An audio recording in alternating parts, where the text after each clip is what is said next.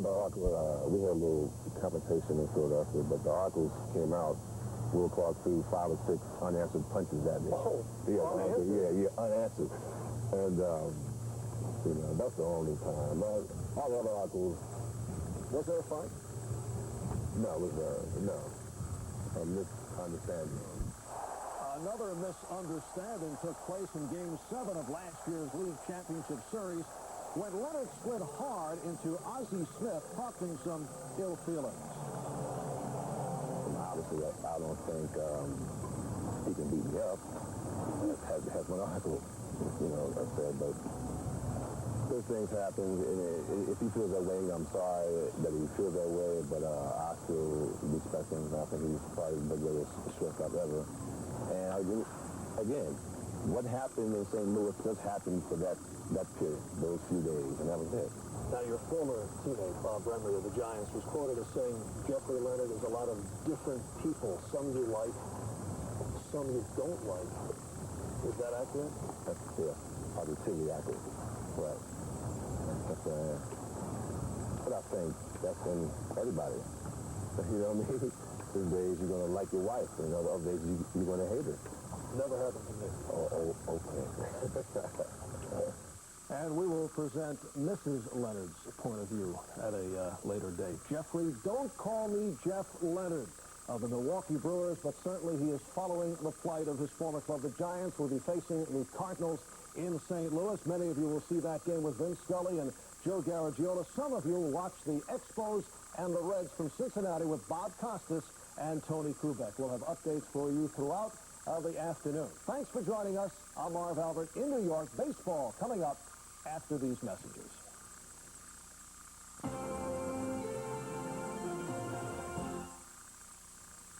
Tuesday, Chief Gillespie's trapped in a secret war. Pornography. He knows who is terrorizing his hometown. But I got a smart Philadelphia detective here who tells me I ought to go right by the book. Facing a town that takes the law into its own hands. It's not going to be that way anymore. The movie that launched the series in the heat of the night, Tuesday. Cajon Lincoln Mercury declares July Car Wars Month in the Yakima Valley. We're battling evil high prices with these two 1988 Tempos. Go anywhere, all-wheel drive. And this 1986 Bronco 2 V6 automatic. This 1987 T-Bird V6 automatic, your choice, all for $99.98, $196 a month. Car Wars Buy of the Week, 1984 Eddie Bauer Bronco 2 loaded, $59.98, $59.98. Astronomical savings. Buy now from Cajon Lincoln Mercury, the humanoid friend. The 24th century continues on Star Trek, The Next Generation. All the drama, the wonder, and excitement of Gene Roddenberry's original Space Odyssey are here in a new age of high adventure. Follow the voyages of the new Starship Enterprise and the lives of her crew on Star Trek, The Next Generation. Channel 23, KNDO, Yakima.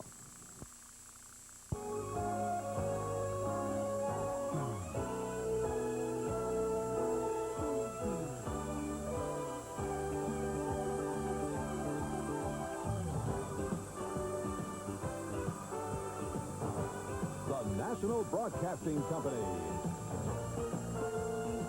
Now in its 7th decade of bringing you baseball's memories. Baseball's milestones.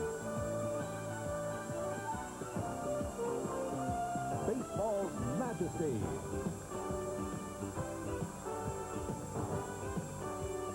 And baseball's magical moments. NBC Sports proudly presents the Major League Baseball Game of the Week. Today, from Busch Memorial Stadium, it's the San Francisco Giants versus the St. Louis Cardinals. The Game of the Week is brought to you by Buick and your Buick dealer. The Great American Road belongs to Buick. By Miller Brewing Company, sole sponsor of the U.S. Olympic Training Centers. By AT&T, the right choice. And by Napa Auto Parts Stores. Call 1-800-LET-NAPA for the store nearest you. Hi, everybody, and a very pleasant good day to you. Welcome to Busch Stadium in St. Louis. I'm Vin Scully, along with Joe Garagiola, as we await the start of the ball game between the Giants and the Cardinals. What a difference a year makes. A year ago, the Giants had just made a big trade on the 4th of July, and they were on the move. And the Cardinals were the class of the National League East. Now they meet with the Cardinals 15 games behind the Mets, and the Giants 7 games behind the division-leading Dodgers. What happened? Why is it, for instance, that Jeffrey Leonard now finds himself in the uniform of the Milwaukee Brewers? Well, to find out that and more, let's meet Will Clark and go to Joe. Okay, Vin, we've got the man. Will, in the pregame show, Jeffrey Leonard talked about your dealings with him. Let's call it that for now. One newspaper account called it confrontation. He said it was a misunderstanding. What was it? Fight, misunderstanding, or confrontation?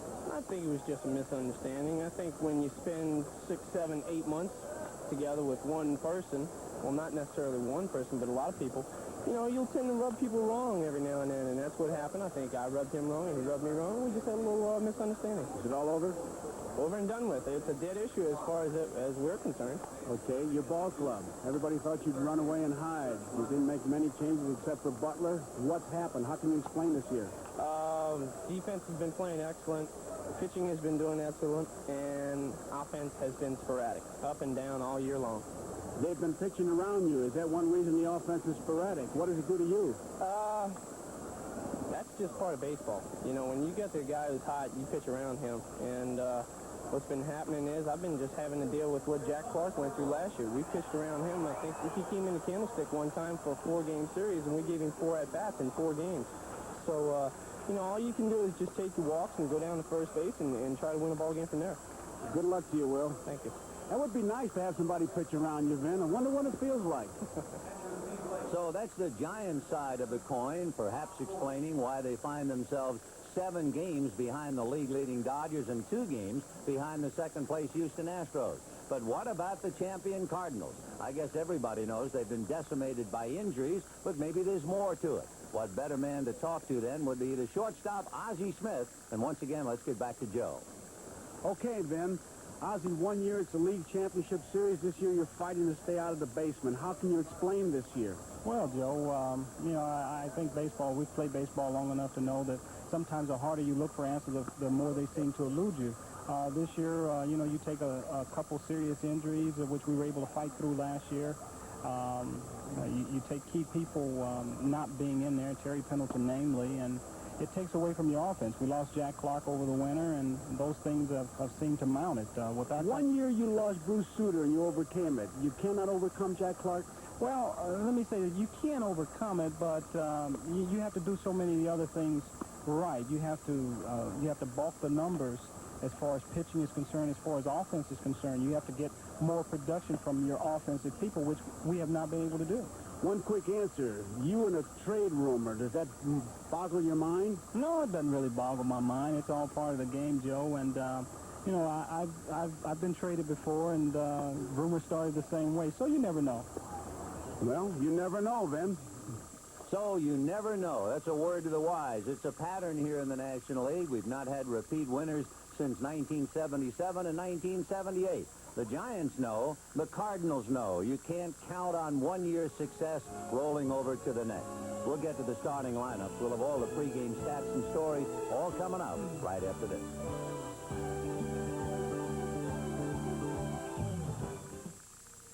Priced an imported car lately? You could be in for import sticker shock. Or a pleasant surprise at your Buick dealer, Buick Century. It's actually priced under smaller imports like Toyota Camry Deluxe and Honda Accord DX. It's loaded with standard features, like room for 6, stereo, even a real trunk. That's more car for the money.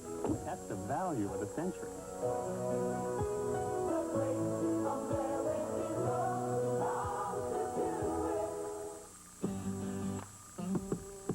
You gotta stop and taste the high life.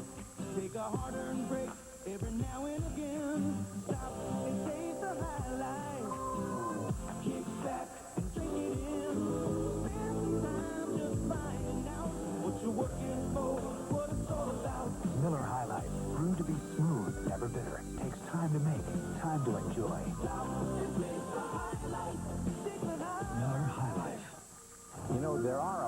places where you can look for an auto part. But here's where you'll find it. Napa has parts for imports and other hard-to-find parts. So come to Napa first. We've got your part. A legend has been created. A better battery for the future. Better with more reserve power. Better with a warranty that lasts over 6 years. Better with a special $10 rebate available right now. The legend from Napa. A better battery.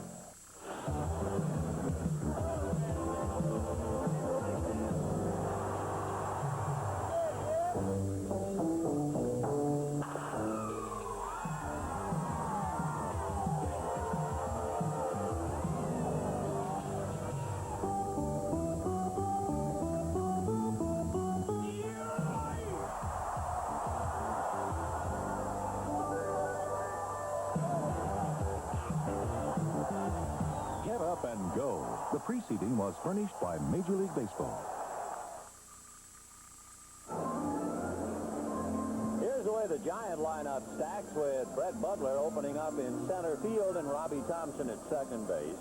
Will Clark at first and Candy Maldonado, who's been rested a couple of days, in right field. Mike Aldretti in left field. Ernest Riles, a last-minute substitution. We have no word from Roger Craig if there's anything wrong with Kevin Mitchell, but Riles is in there. Bob Melvin, the catcher, Jose Uribe, the shortstop, and Adley Hamaker, the pitcher. For the Cardinals, Bob Force, the 38-year-old right-hander, 4-3, 0-1 against the Giants this year, and 7-9 lifetime. Been a long time for him. He hadn't beaten the Giants since July of 1980. He's lost 4 straight. Brett Butler with a 10-game hitting streak to start it off. Then Robbie Thompson and Will Clark. Comebacker.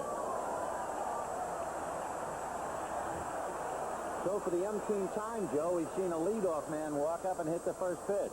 That's one of the big things about baseball changing. You can talk about that, running, stealing a base with whatever the score is and hitting that first pitch. As we take a look at the defense, the outfield, McGee's the big man in center field.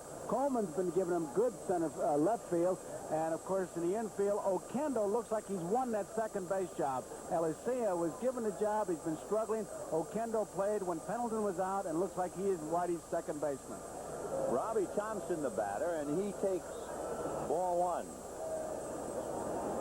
1. 1-0 to Robbie. Will Clark hitting back of him. Thompson's .299 average leads the ball club. He was a member of the All-Star team, but unable to participate. He had a pinched nerve in his lower back. Hit wide of third, and a great save by Pendleton. A one-hopper to Pagnozzi. Fine play. There is the classic artificial surface play. The ball gets to you quicker, but the hop is true.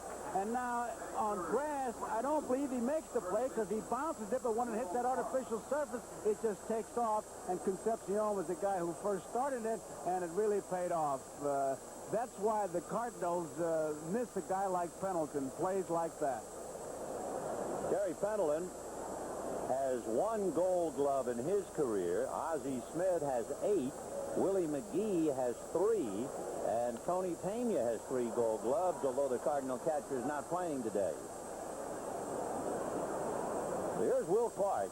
You might notice he has a trace of a mustache. What happened was a little over a week ago, they were looking through some pages of the Olympic squad, and the Giants noticed that Clark had a mustache. So they said to him, Con, Will, you ought to grow one. He said to Craig Lefferts, well, I'll tell you what, I'll grow one if you'll shave yours off. So Lefferts said, I'll give you a week for the mustache to grow, and if you stay with it for 2 weeks, I'll shave mine off. So there's a little game going on as Clark, mustache and all, strikes out. And at the end of half an inning, the Giants nothing, and the Cardinals coming up. I was known as a smart football player, and even now when I'm enjoying a great taste of Miller Lite, I use my head. Well, how's that, Gary? For great taste, there's only one light beer, Miller Lite. 10 ounce ounces of Armor All Protection for just $169. And light your home with the Intermatic Timer for $388. They help you find the thing, then they show you how to use it. Hey, let me tell you, Ace is the place for me. Does car shopping confuse you? If you've shopped, and I have, you'll find the one place where the confusion ends is your Buick dealer. That's why I just bought a brand new Buick Regal. Regal is actually priced under T-Bird and Cougar. The new Regal just looks like it costs thousands more.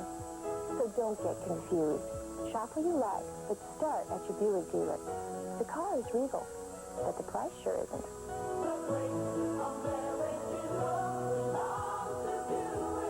If you're a business person and you're making a long-distance call, to call your customer, to call your supplier, before you hit that 11th digit, we've mapped out that entire call across the network, irrespective of where you're calling.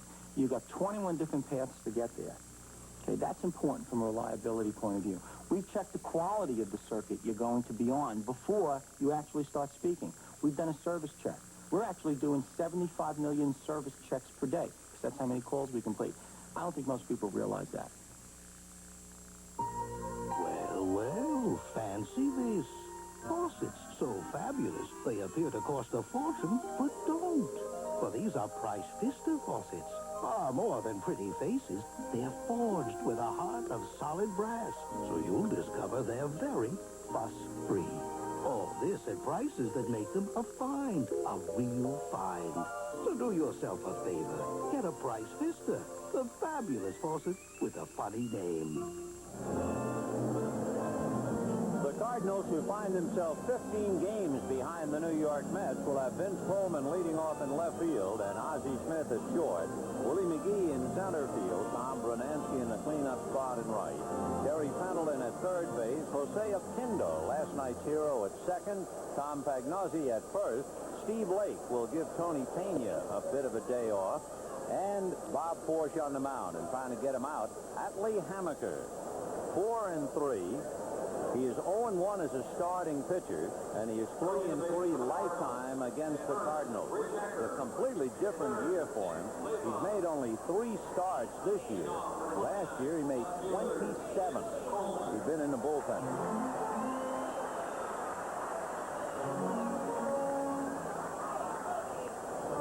Vince Coleman leading off, and Robbie Thompson perhaps talking about Hammaker, the fact that Coleman has 7 bunt singles this year.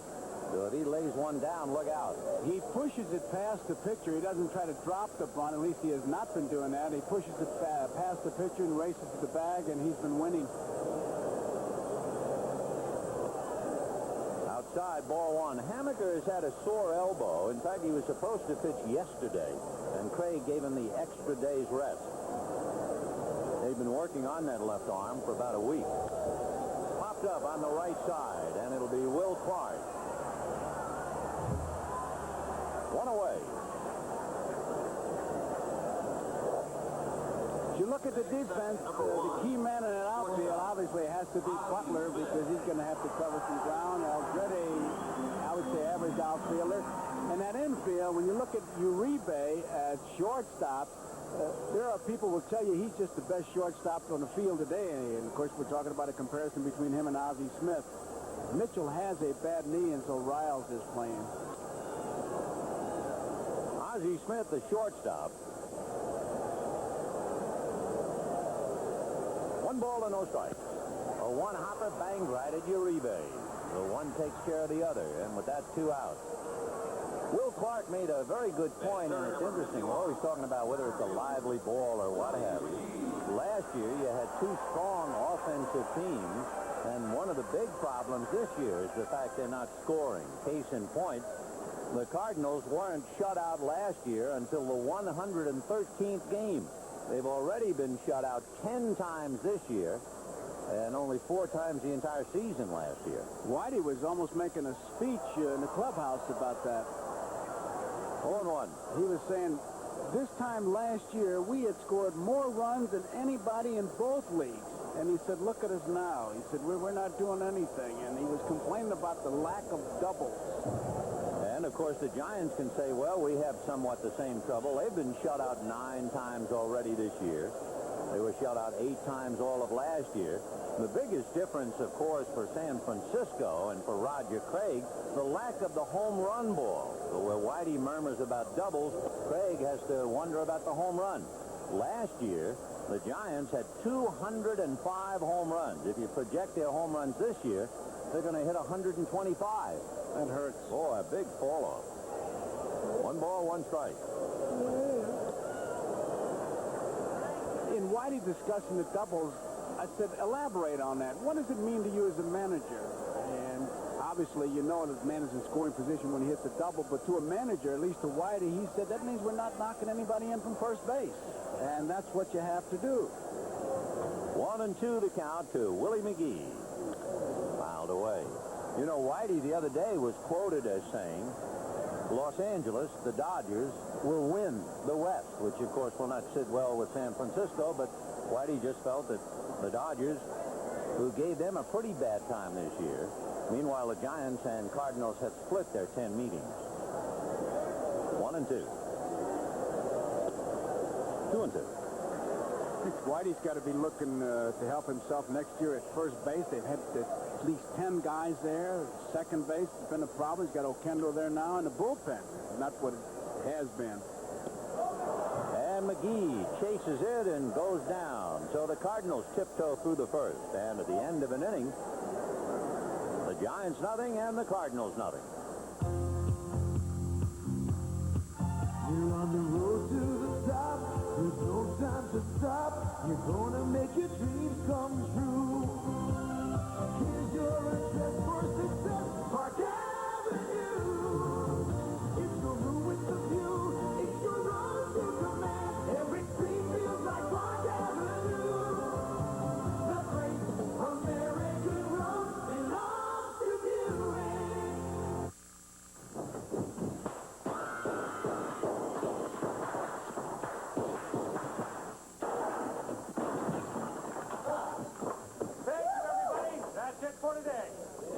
After a long day of eating hot lead, there's nothing better than drinking a cold Miller Lite. Light sure tastes great, and it really is less filling. Shoot, there's only one light beer, Miller Lite. Hey, Joe, give me another. That didn't fill me up at all.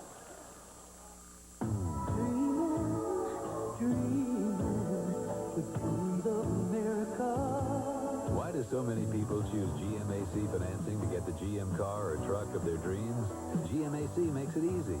You do it all right at your GM dealers. And we make it easy on your budget with rates and terms to fit your needs. Don't just dream about a new GM car or truck. See your GM dealer about GMAC financing. Official sponsor of America's Dream. Next Sunday, live from Wembley Stadium, the San Francisco 49ers battle the Miami Dolphins. American football from jolly old England and NBC Sports. 2 weeks ago today at Candlestick Park in San Francisco, the Giants walloped the Cardinals 21-2. The interesting thing in the box score is the number 3 hitter for the Giants, Chris Spire. He hit for the cycle with those 5 hits. The second time in his career he did it in Montreal 10 years ago. He's the 3rd player to hit for the cycle with 2 teams, joining Babe Herman with the Dodgers and Cubs, Joe Cronin with the Senators and Red Sox. Kind of a milestone game, and you see Bob Porsche appeared in that game, as did Atlee Hammaker. Joel Youngblood and Chris Spire sitting back, and now we get to the age. So that's a pretty good definition of Chris Spire's background and about hitting for the cycle. It's a pretty good name for Spire to be up there with. Hell. Candy Maldonado, who's been struggling this year. It has even affected his fielding. He's dropped a fly ball along the way. He was rested, hoping that he'd come back with a spark.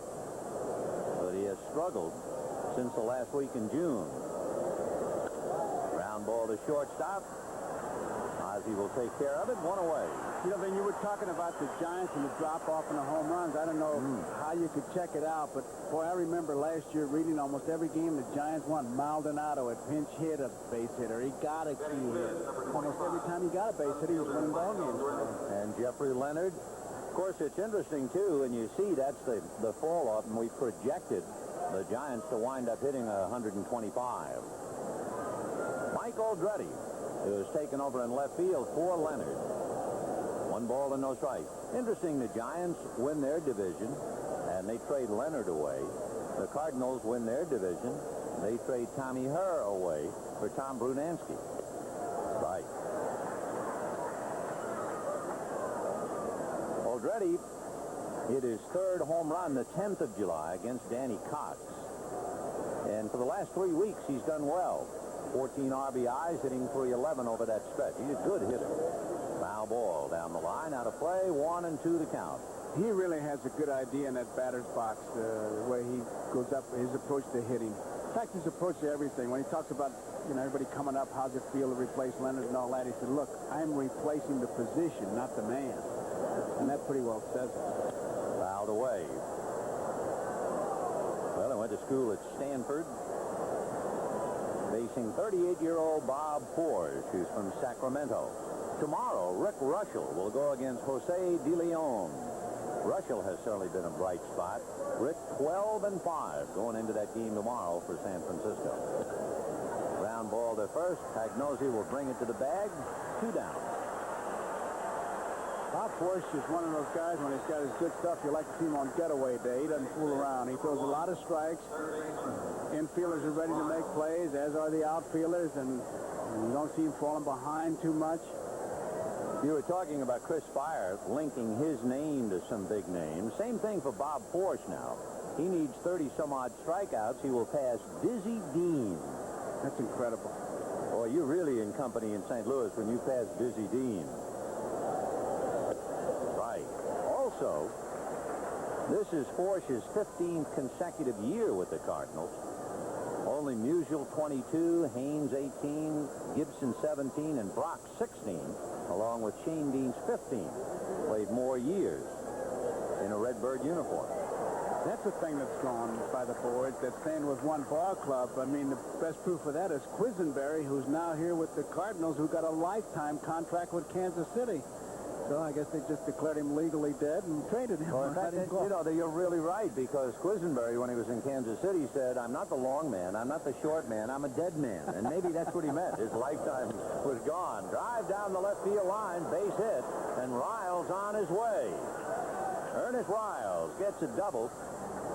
You know, it was Riles who had the big home run in Giant history. He had a home run at Candlestick. The 10,000th home run in the franchise history, counting New York, of course, and San Francisco. But what a rhubarb enveloped. Brunansky fielded the ball. It had hit the facing of the upper deck. Brunansky picked it up and threw it into the stands, and a man had it with his little daughter, and the daughter, about 3 or 4 years old, was holding the ball. Another man rushed over and said, I'll give you $30 for the ball. Gave him the money, took the ball. Now everybody finds out it's a 10,000. What a mess. Oh, it's terrible. Bob Melvin, ball 1. And when you stop to think of it, with all the great names in Giant history, Mel Ott, Harry Danny, Ernie Lombardi, Willie Mays, Willie McCovey, Ernest Riles, who just was traded in the Jeffrey Leonard deal, hits the 10,000. Well, what's in the name? He riled up the crowd, I'll tell you that, along with the historians, because there was some dispute that it was even the 10,000. So he hit a very noisy home run in the Bay. Ernest Riles playing for Kevin Mitchell, who has a sore knee. Melvin trying to pick him up. 1 ball, 1 strike. 2 out in the second, no score.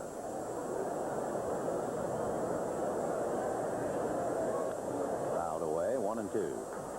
You know, in talking about Forge and his longevity with the Cardinals, we should also point out only Davy Concepcion, 18 years, Mike Schmidt, 16 years, have played longer for one team among current National Leaguers.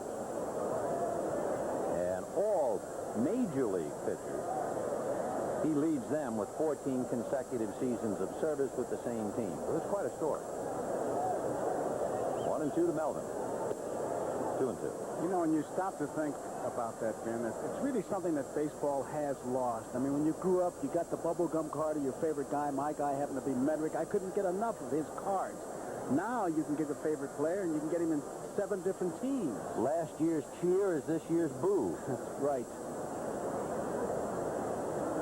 2-2 to Melvin. And Luke into center field, base hit, charging McGee. And he's going to make a high throw, bad throw, and Melvin allowed to go to second base. I don't know what Willie was thinking about on that throw. Oh, that's one. If you do that in American Legion, the coach will make you run around the field 4 or 5 times because he just threw a real alley-oop. Nobody could cut it off. I mean, I don't think Manute Bol could have gotten that one. And Lake, watch how high he throws it. It's hard to figure out what he's trying to do. There's no reason for this. He's got no play at the plate. He's got to hit the cutoff man, and I mean, it's not even close. Over everybody, and even Forsch has to play it off the wall. Interesting, too, because they're going to give McGee an error, but it wouldn't make any mistake whether it was an error or not. It was a mental error because Melvin would have gone to second on that throw, even if it was caught at home plate. He had to hit that cutoff man. That's just, as I say, you don't do that in American Legion ball. Willie has to be embarrassed. It is 1-0 San Francisco. Jose Uribe now trying to get Bob Melvin home. Giants leading 1-0. Giants and Cardinals have split the previous 10. Giants won 4 out of 6 at Candlestick. Cardinals have won 3 out of 4 here. Good save by Steve Lake. And Bob Forsch, when he finishes, he does 2 things that the young pitcher can really study. Watch when he comes set where he stops. I mean, for him, it's a comfortable position, but he's really in control. He doesn't really go to his belt, and then his follow-through, looks like he's perfectly balanced to where he can go either way, like on that particular pitch. He just charged the plate and got to the ball before Lake did. 14 years in the big leagues with the Cardinals, Bob Forsch. And that's hammered to right. Brunansky going back. It's over his head, but he's going to catch up to it. So Jose Uribe, a long out to right field. For the Giants, they get 1 run, 2 hits. There was an error and a man left. And at the end of an inning and a half, Giants 1, Cardinals nothing. What would you get if you crossed an Oldsmobile like this with an Oldsmobile like this? You get an Oldsmobile that really cooks. Now, save up to $1,440 on a new specially equipped Cutlass Calais. See your Olds dealer for details today. The opening of the new movie Caddyshack 2, the Miller Brewing Company held a private screening for the critics. A sensitive and moving drama. Stimulating on many levels. Richly rewarding. Is there any money in it for me? Miller's rewarding movie ticket offer makes Caddyshack 2 a must-see. Look for details wherever Miller High Life, Light, and Genuine Draft are sold. And stock up. I just love openings. Now, a revolution in blade shaving from Remington, the new Remington Electro Blade, with vibrating blades for a close, smooth, comfortable shave. Safe, reversible, and cordless. The new Remington Electro Blade vibrating blade system. Sir, express pack, please. Wendy's new express pack is for people in cars, and you don't have a car. Well, that means I just wasted $15 on a lube job. Pick up the Express Pack. Quarter-pound single with the works. Fries and soft drink at Wendy's. Munster, Andretti, Mears. Racing so hot it'll bake the Big Apple. Sunday. We're looking at Willie McGee, who made that throw. It was interesting to watch him go into the dugout, and I think that's another change in baseball, Vin. I know I've been on ball clubs as a veteran, and Willie's been around here a while, that somebody would have jumped him a little bit. Not necessarily the manager or the coaches, but somebody would have said something. But he just sat down, and he's there alone with his thoughts, and then tried to figure it out. If you see Pena and Vince Coleman flanking him, I guarantee you, I know if Terry Moore was on this ball club, he'd have said something. Maybe it was just such a visible, obvious error, there really isn't much to say to him, but I guess you still think he should be reminded, huh? Well, reminded as Uribe comes up with an easy play now. But to let him know, I can remember Terry, that's why Holler guy and a leader is really a different thing. Holler guy looks at the scoreboard and will tell you 1 out. Terry would come in on the Cardinal ball club, and he would have said, what are you thinking about doing that? If you're going to throw like that, put the ball in your pocket or something. And I can remember any number of times. But now, as you say, it's obvious. He knows what he did, so let's let him alone. And that's a fellow who's won 3 Gold Gloves. Talking talking about Gold Gloves, Terry Pendleton has one, and he made a dazzling play in the first inning to take a base hit away from Robbie Thompson. Right, 0-1. Even though Whitey Herzog was quoted as saying the Dodgers figure to win the West, the Giants are not going to believe it, and of course if you study history you can understand. 1-1 to count. First of all, if you look at the schedule, the Giants play the Dodgers 14 more times, including 4 games coming up during the week. Right, 1 and 2.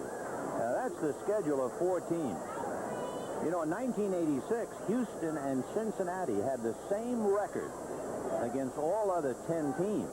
But Houston beat Cincinnati 14 out of 18, and they went into the league championship series. So there's a lot to be decided yet, and the history books really emphasize it. 1 and 2. That got him on the side of the helmet. Still 1 ball, 2 strikes. Pendleton all right. Whenever the Giants and the Dodgers play close to the best, it's really interesting. The only close races between the Giants and Dodgers where the Dodgers won. 1965 when they won by 2. 1966 when they won by 1.5 over the Giants. And there have been 4 rather remarkable years where the Giants and the Dodgers came down to the wire. 51, the most famous. The Dodgers had a 13.5 game lead in August. And that was the year of the famous Bobby Thompson home run. Chopper slowly wide of third. Big hop.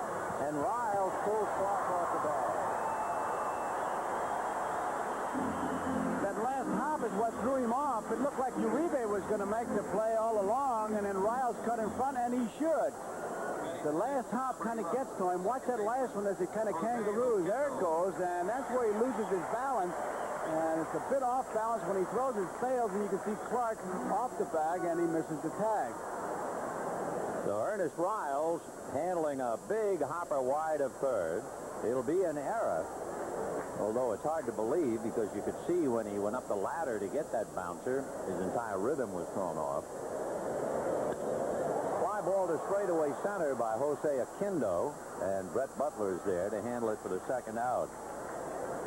Just to get back to the history books for a minute, in 51 when Thompson hit that home run, the Giants were down 4-1 in the 9th inning of that game. In 1962, the Dodgers were out in front, won only 3 of their last 13 games. San Francisco tied the Dodgers on the final day, and San Francisco won the playoff 2-1. They were down 4-2 in the 9th inning. 1971, it was the Giants out in front. They were breezing 8.5 in front on September 5th. On the 14th, they were 1 in front. They hung on and won by 1. And then in 1982, San Francisco beat the Dodgers 4 out of 6 on the last 2 weekends. L.A. eliminated San Francisco in the process. San Francisco eliminated Los Angeles in the process on a home run by Joe Morgan, and Atlanta won. The point being that in July, a 7-game deficit between the Giants and the Dodgers doesn't mean anything. August is always the big month. Line drive at Robbie Thompson. So Tom Pagnozzi lines out. Pendleton is left on the error. And at the end of 2, it's 1-0 in favor of the Giants. We'll be right back after these messages from your local station. What's spookier than being in a haunted house? You was scared or you have to go potty? Being trapped there with a killer. Did you hear that? Tonight. Danny DeVito! He must be a drug dealer. No, I'm a TV producer. That was close. The toast of Tinseltown. Sexy starlet. Why don't you pick me up at 9? Rich and famous friends. Oh, Johnny Carson. Everything you need to be a hit. Broads, horny guys, sex jokes, the works. Everything except ratings. Rhea Perlman, Danny DeVito, The Ratings Game. Saturday at noon, this empty, quiet space will come alive. Round, round, get around, I get around. With Lynch Motors Beach Party Sale at the fairgrounds. Low prices on fantasy vans loaded with style. Beautiful Bayliner boats from Del Rancho Marine. Trucks like you won't believe. Specially priced truck boat combo and the best body on the beach, this Honda CRX SI. Plus sale price sailboards from the Sport House with free dry land training. And a chance to win a cruise for two to Victoria. Make it early to the Beach Boys concert for the Lynch Beach Party Sale. But you'll have to wait till noon Saturday. I'm Bob Scully, president of the National Association of Police Organizations.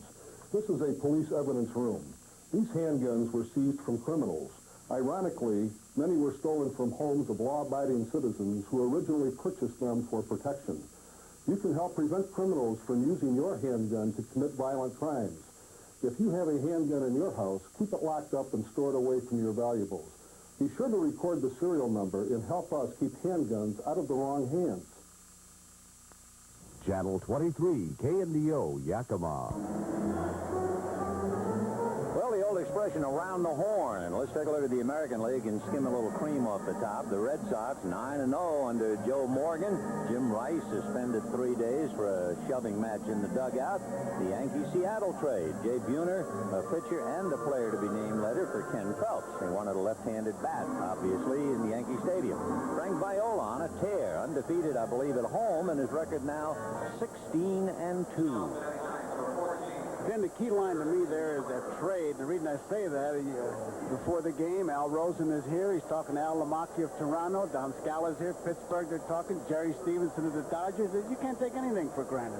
And I think one reason, too, is the Giants' remarkable success on the July 4th trade, the big deal with San Diego, and the fact that they made that deal with Pittsburgh last year. And, of course, that rumor of Ozzie Smith going to the Yankees. Oh, well, that's totally and completely unfounded because I was there when it all started, and it had nothing to do with the trade. During the Army, that'd be a latrine rumor, huh? Little chopper hit slowly to short, and Ozzie Smith makes the play. 1 down. Let's get an update talking about Joe Morgan and the 9-0 Red Sox. We'll go to New York. This is Marv Albert in New York at Fenway in the 5th. Red Sox have come from behind. They lead the White Sox now 7-5. This the key play off the base hit by Jody Reed. Dwight Evans tearing around third. And when the catcher, Mark Salas, dropped the throw, Evans able to score. Red Sox now in front 7-5. Back to Vin and Joe. Morgan Magic continues with that 9-0 record. That's quite a story. Oh, that is. That Morgan, I tell you. And it was interesting that 3-day suspension of Jim Rice, because here's a big star, and he grabbed the manager, and boom, they lowered the boom. The story that I read, the thing that really ticked Rice off was where and when he was hit for. The bunt by Butler, he's got a chance. Yep, a collision with Pendleton and Forsch, and Butler has himself a base hit, and he's hit in 11 straight. The story was that Rice had been in the on-deck circle and was walking up to home plate when they called him back and sent up Spike Owens to bunt for him. And as I got the story anyway in the papers, that Rice was furious that a man of his stature in the community would be allowed not only to be on deck, but to walk towards home plate. And he came back, expressed his feelings. Next thing you know, the rhubarb and a 3-day suspension. And Spike Owen, they put a hit-and-run play on, so he swung away, which must have ticked him off, thinking putting this guy in. But then you just don't go around grabbing managers. You do that, and you're going to get exactly that. Here's Robbie Thompson, robbed of a hit by Terry Pendleton.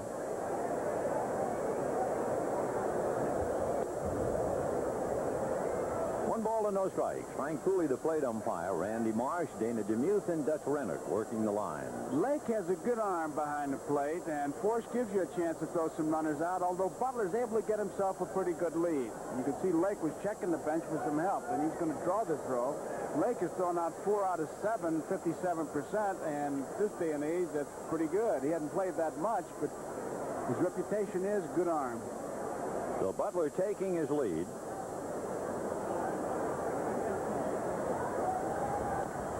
Butler has stolen 22, so they really have to keep an eye on him. Giants leading 1-0. Interesting that the Cardinals would have to keep an eye on somebody. The Cardinals have stolen 141 bases. It looks like they're going to steal 200 bases for 6 straight years, which they've done. The last club to do it 7 straight Detroit back in 1909 through 15, so the Cardinals should tie that record. And when the Cardinals run, they really run. They have stolen 6 bases in a game 5 times this year. So maybe the Giants are going to try and take a page from their book. You know, when you watch runners, different things you look for. Now, when Butler took his lead, you saw him dig in with his left foot and then kind of lean back towards first base. There he's digging in, leaning back, same thing. See him kind of leaning towards the bag? He's got an idea. In fact, if I were Lake, I'd be really looking for him to go. 2 balls and 1 strike. That would appear to be a manager's count. And Robbie Thompson taking a long look at Bill Fahey.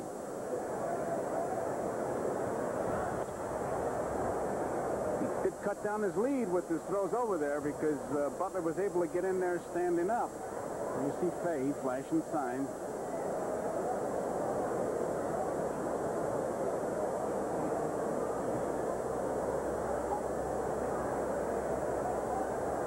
There he goes.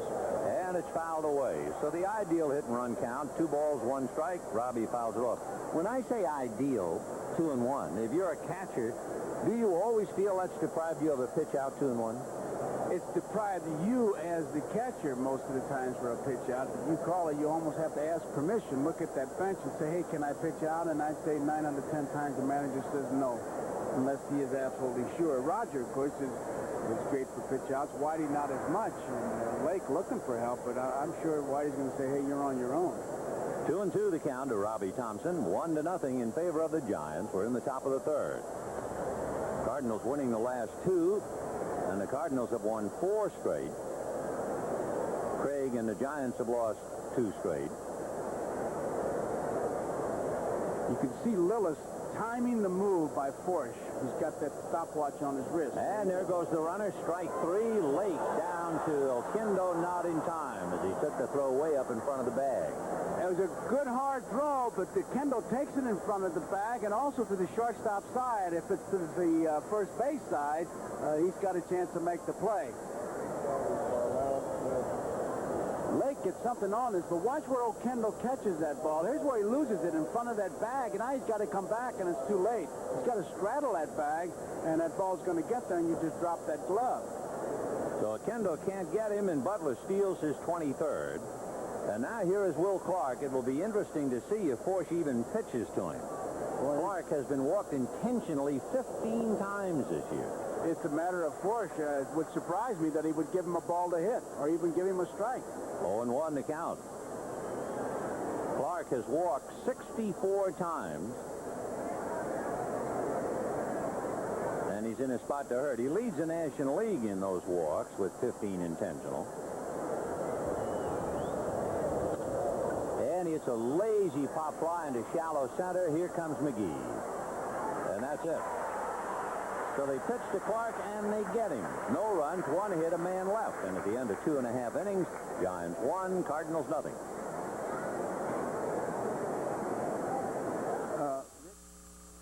I was known as a smart football player. And even now, when I'm enjoying a great taste of Miller Lite, I use my head. Well, how's that, Gary?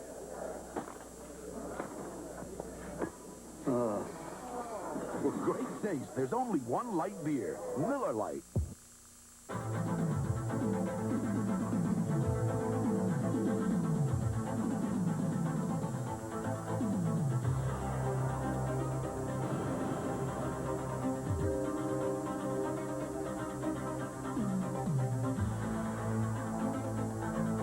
All of this for hundreds of dollars less than Celica 200SX and Prelude.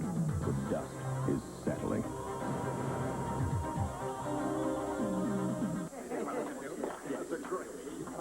Somehow there's got to be a cure for athlete's foot. Hey, step up to the mic. Mike. Mike is it? This cures athlete's foot. It's got something the others don't. Myconazole. There's nothing more powerful. Yes? You got something that cures athlete's foot? Sure, step up to the mic. Huh? Mike, it's in. It cures athlete's foot. Step up to the cure. Step up to the mic. Micotin, also in deodorant spray. Quaker State with QSX. How do you make a motor oil this good? You test it in the lab. You test it under the hood. You test it on the track. Quaker State quality. We don't just talk about it, we live by it. The big Q stands for quality. Always has, always will. Want to make your pulse race? Come see the Quaker State Porsche race in the Quaker State 500 at Pocono Raceway, Sunday, August 21st. Call 1-800-RACEWAY. Scott Emerson once had a heart attack. Today, he had a son. Studies show aspirin can help prevent a second heart attack. Ask your doctor about a regimen of exercise, the right foods, and Bayer, the wonder drug that works wonders. Number 25, catcher Steve Lake. It'll be Steve Lake, followed by Bob Porsche, and then Vince Coleman. And once again, we remind our viewers, we'll be selecting the NBC Miller Lite Player of the Game at the conclusion of the ball game. Lake giving Tony Pena a rest, although Whitey said before the ball game, don't be surprised if Pena isn't in there before it's through. Lake has done pretty well in 9 starts. Talk about taking a swing with your head in the stands. There it was. He was looking straight up when he swung at that, almost like he was guessing fastball belt high. It happened to be low and outside. 0-1. Foul tip. No balls, 2 strikes to count. The Cardinals have been so inconsistent even in the last few years, never mind this year. Champions in 82, and they finished 4 under 500 in 83. 4-1. National League champions in 85. They finished 3 games under 500. 28 and a half games behind the Mets. And now this year, coming off last year, they come into the game 15 games and just 2 out of the cellar. A drive to right field, and Maldonado was overshifted. That's down the line. And Lake is into second base standing with a double. So the tying run is in scoring position. He did not try to pull the ball. When he got the 2 strikes, he shortened up on his swing, and they were really pulled around, as you said, Ben. Now watch him just kind of poke at this. He doesn't take that big, hard swing. He just reaches out and hits it to the opposite field. And I'll tell you, if you're going to stack your defense to make a fella pull, you better pitch to where he has to pull that ball. But he got that ball outside, Hammaker did. And what Lake did was just reach out and punch it to where nobody was. Now the Giants are looking bunt. They pull up the corners, both Riles and Clark. And Hammaker working on Bob Force, who's a pretty good hitting pitcher. He got a chance for maybe a pickoff at second if he tries to bunt and misses it. 1 ball and no strikes to count. Force so far this year has sacrificed 3 times.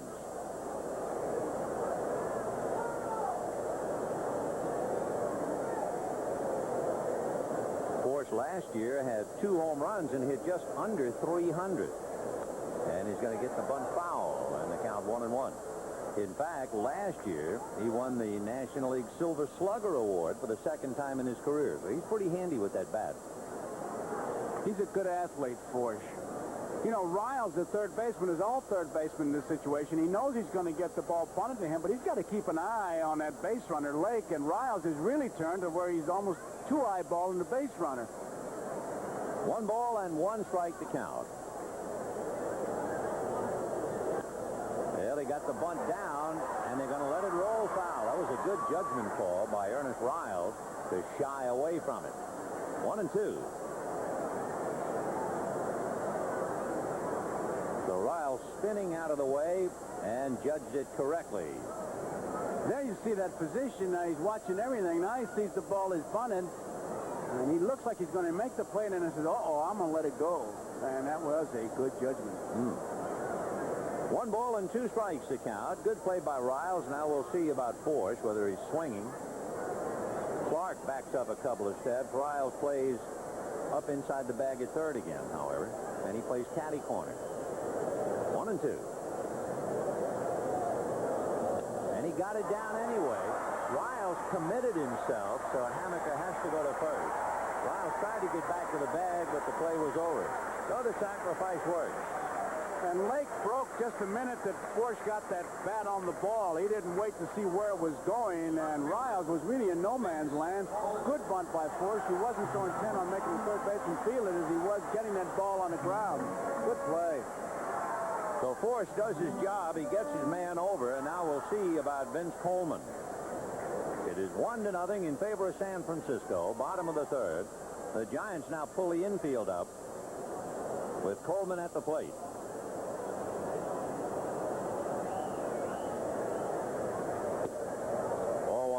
Coleman hitting right around 260 as a right-handed batter and over 280 left-handed. This is where Whitey has really done most of the complaining. We can't drive a run in with less than 2 outs.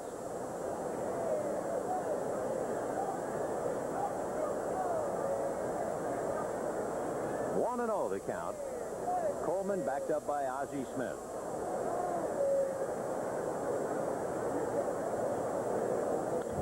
Little foul off to the right out of play, and the count 1 ball and 1 strike. The Cardinals are under 500 at home and under 500 on AstroTurf. And for good measure, they're under 500 against left-hand pitching. Coleman, Ben, with men in scoring position, only 20% effective. He's had 90 possible RBIs, driven in 18. So you can see why Whitey's complaining. 1-1 to Vince. Fouled away, 1-2.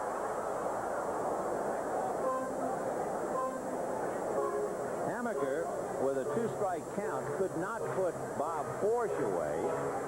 He is not a strikeout pitcher now. In fact, his high is strikeout 6 against Cincinnati. 1-2 the count to Coleman.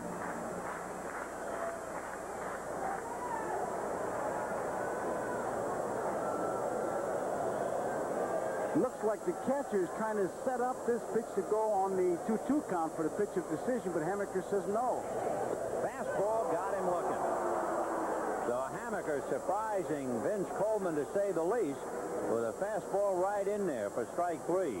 That was an interesting battle because you saw Melvin, Hammaker definitely shook him off as if Melvin was saying, well, let's use this pitch to set it up. And Hammaker says no, and he went after him. And once again, less than 2 outs, they don't knock in that run. No finesse, just came right in with the hard stuff, and Coleman caught looking. And now Ozzie Smith, and they're still worrying about a bunt with Smith at the plate. Riles is right in near the bag at third. Ball 1.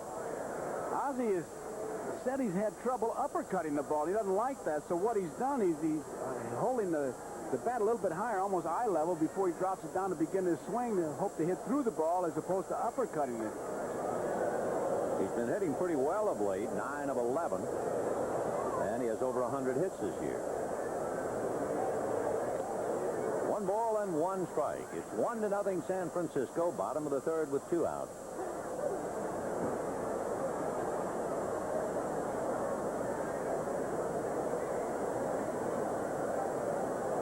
One run, 3 hits, and an error for the Giants. No runs, 1 hit, an error for the Cardinals. Interestingly enough, the error charged to McGee on a terrible throw is the first error this year charged to a Cardinal outfielder because of a throw. Huh. Well, I tell you, it was a major league error. It is such a thing now. Because that was an American Legion job if I ever saw one. Check swing foul. 1-2. So Hammaker went 1-2 to Coleman and struck him out with a fastball. And we'll see now if Ozzie's trying to think along with him and figure he's going to try and do that to him. Smith grounded to short in the first inning. Ozzie's opening up a restaurant here, Westport. I think it'll be open in February of next year. Ozzie is really a conglomerate is what he is. Yeah. He's got a lot of things going, man. A holding company. A Gold Glove holding company. You got 8 Gold Gloves.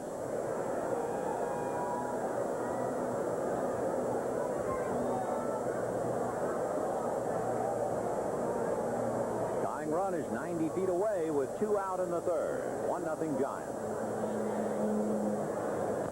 Big chopper foul outside of third. Still 1-2. On deck, Willie McGee. The Cardinals began their year going 7-14. They hit a stretch where they played well. They won 25 and lost 12. And early in June, they took 2 out of 3 from the Mets, and they were 6.5 back, and people were saying, uh-oh, here come the Cardinals. They turned round away and won 9 and lost 26 and went right down the tubes. Chopper wide to third. Riles bobbles, recovers, and gets him. And so for Herzog, the troubles continue. A lead-off double, get him to third, and leave him. It's still 1-0 Giants. Now here's a look back at a very special Olympic moment. An Olympic moment brought to you by the Prudential, going above and beyond to meet your needs in insurance and other financial services. Melbourne, 1956. Chris Brasher of Great Britain is all alone at the finish of the Olympic 3,000-meter steeplechase. He wins, but there is a dispute. Brasher is disqualified for bumping another runner. After an appeal, the judges reverse the decision. Chris Brasher will finally be awarded the Olympic gold medal. We go above and beyond, just like you, above and beyond what we have to do, caring for what's special to you. I'm a Prudential representative. When I speak to people about car insurance, I offer them an exclusive Pru review to get them the best coverage possible. Taking care to protect what's important to you. So rock the Prudential above and beyond. This is a change, this is new. Howard Johnson, can this be you? This is Howard Johnson today. This is Howard Johnson today. This is Howard Johnson today. Changing in so many colorful, comfortable, welcoming ways. Stay at Howard Johnson this summer. You could win up to $50,000 cash. This is Howard Johnson today. An American tradition continues. In 1956, he hit 43 home runs and led Brooklyn's beloved Bums to their second consecutive pennant. Edwin Snyder was the Duke of Ebbets Field. Now, Kirk Gibson powers the first-place Dodgers as they host the Houston Astros. The tradition is here. The memories are waiting. Well, we had a look at some highlights of the American League a few moments ago. In the National League, the Houston Astros, who are very, very tough, particularly at home. They've won 10 out of 12. They're 5 back trying to make a move. Nolan Ryan, Mike Scott, and company. The Pirates have been playing dazzling ball, 12 out of 14, but it really had to hurt him. They got to within a half a game of the Mets. They lost to the Dodgers. The Mets swept the doubleheader, so they took a bit of a tumble last night. And the Pirates in Seattle made a trade. Darnell Cole's going back to where it all began for him at Seattle. And the Pirates get Glenn Wilson, whose last appearance in the National League was with the Phillies. Candy Maldonado, Mike Aldretti, and Ernest Riles. Candy grounded to short. He's 0 for 1.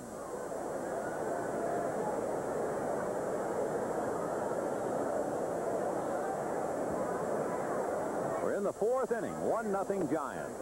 Strike. 1-1. I think you're for real as a ball club when the other ball clubs talk about you, and that's what Roger Craig and some of the guys talking about those Pirates. You put some right-hand pitcher out there, and they'll throw a pretty tough lineup against you. Line drive. Base hit into left field for Candy Maldonado. It's interesting, too, that certainly 2 of the mainstays of the Pirate bullpen are former Giants, Jim Gott and Jeff Robinson. Mike Aldretti. Hey, you look at that ball club, and you see what Thrift has done. I mean, you don't even want to talk that Pena trade in St. Louis here with Dunn and Van Slyke, who've become... And Lavalier.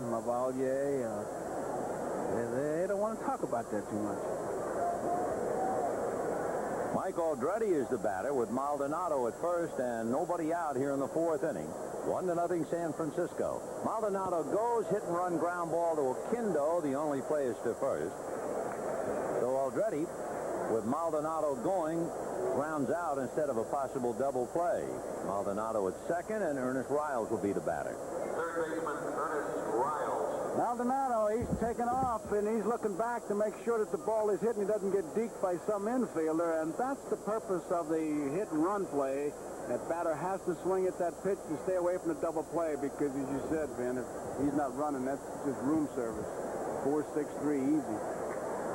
So Ernest Riles trying to pick up Maldonado from second base with 1 out in the 4th inning, 1-0 in favor of the Giants, and Bob Melvin on deck.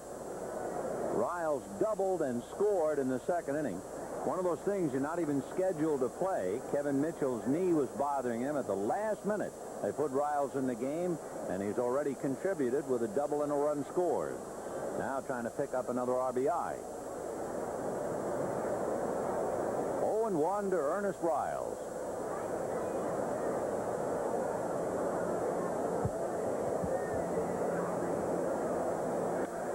Shot foul outside of first down the line. 0-2 the count. He will surprise you with his power. I remember a couple years ago doing a baseball show, a home run hitting contest, and he was in it. And I thought, Ernest Riles, you know, with guys like Gwynn and Schmidt, Von Hayes, Riles is the guy. But when you look at it, of course, he just came over. Well, when you match up his numbers with Jeffrey Leonard, he's certainly hitting very well. I'll tell you, though, if you're talking about power between Riles and Leonard, I think I know who I'd choose.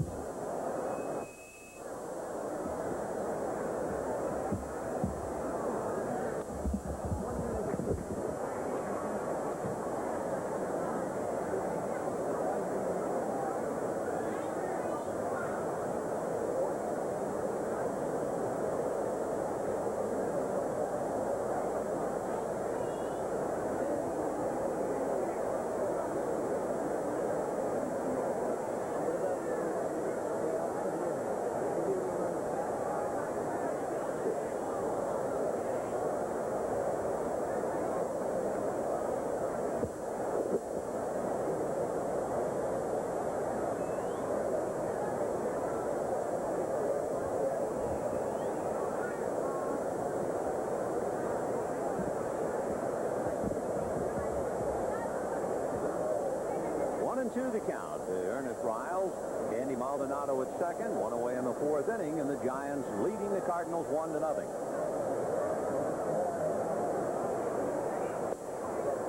2-2. Forsch is not a strikeout pitcher, and he's already picked up 2. That's the most he's had in any game this year.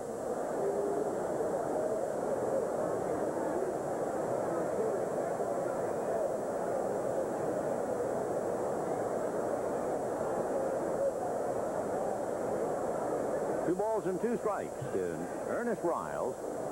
Maldonado a fair lead at second base. High slicing fly ball to left field. Vince Coleman coming to the line. In foul ground to put it away, and Maldonado has to hold. The last graphic was kind of interesting to the point that 13 strikeouts all year. It's pretty obvious that what Forsch would rather do is make 3 pitches for 3 outs rather than 9 pitches for 3 outs. He's wholesaling this. Well, Bob Melvin will be the batter now, and he singled to drive in Riles in the second inning. So Melvin 1 for 1, but hitting only 180. Melvin has some sock. He has 7 home runs.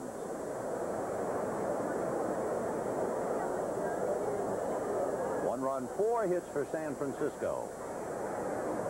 No runs, 1 hit for the Cardinals. Right. They sent him to Phoenix earlier this year, and I tell you, that's always a rude awakening, having gone through it, to where you're in the big leagues, and then you think you're going to stay, and they send you down, and you battle back, and when you do get back, like Melvin is now, you're just not sure you're going to stay, and you really get that in the back of your mind, so it's a little bit of an extra battle that you have to fight. He came back June the 30th from Phoenix. Although he was doing pretty well down there. He hit well. He hit over 300.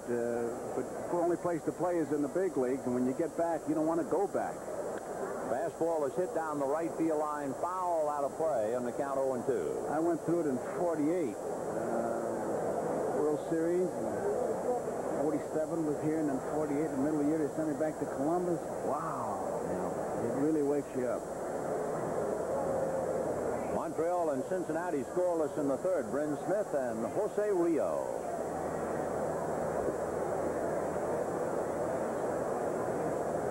Montreal 10 games back of the Mets.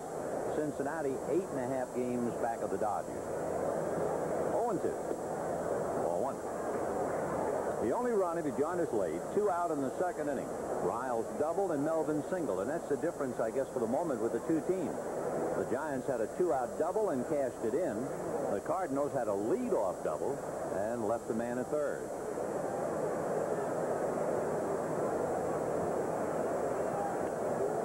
Two and two the count.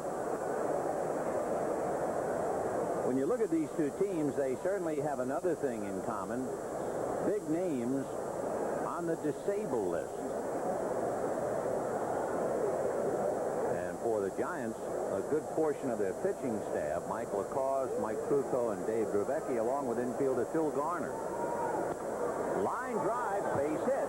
So Melvin, for the second time, singles in a run, and the Giants lead 2-0. And Melvin 2 for 2, getting the congratulatory pat from Dusty Baker. When you look at this inning, you're going to see runs scored. Maldonado, RBI, Melvin. Maldonado a hit, Melvin a hit, but it was that hit-run play. Aldretti hits the ball. They move him over in the scoring position. So 2-0 San Francisco, and Jose Uribe, who flied to right field in the second inning, coming up. In talking about the Giants and those fellows who are hurt on the DL, there is a feeling, since the Giants will go home and host the Dodgers in 4 games, they play Monday night, a twilight night doubleheader Tuesday, and a night game Wednesday. There is some feeling that maybe Mike Krukow would pitch that Wednesday game. Remains to be seen. But with 3 pitchers hurting, and you were talking earlier about trades, everybody's guessing maybe Mike Flanagan, somebody like that. 0-1. In there. Strike 2. Hey, it's really hard to keep track now with the DL and moving them back to like the Dodgers with Gonzalez and Albuquerque, and he's in Calgary, and they tell him to come here. No, you can't. You go back. Got a new nickname, Frequent Flyer Gonzalez, we call it. 0-2. 1-1. Say, what do you do for a living? I'm a passenger. 1-2 the count. Jose Uribe, 2-0 Giants in the 4th inning. Worst thing in the world, though, is to think that you're going to go to the big leagues, and all you end up with is miles on your frequent flyer. Squirted foul off the end of the bat, so Uribe is still there. 1 ball and 2 strikes. I haven't had a chance, though, but I got to ask you about that trade. You said Ozzie Smith, you were in the middle of it. I've been in trades, but I've been on the other end where they called me and said I was gone. Well, this wasn't, when we have a moment, you got to tell it. Because I want to. It's incredible how things are blown out of proportion. Here's the Oz. 1-2 the count. Jose Uribe. Fouled away.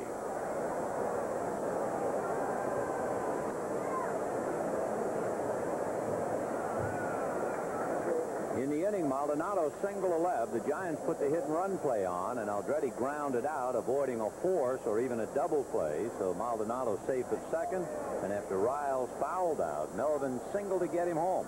Melvin also singled to get Riles home in the second inning. And that slap to left, but Coleman is there. So the Giants settle for a run on 2 hits and leave a man. And at the end of 3.5 innings, it's Bob Melvin 2, and the Cardinals nothing.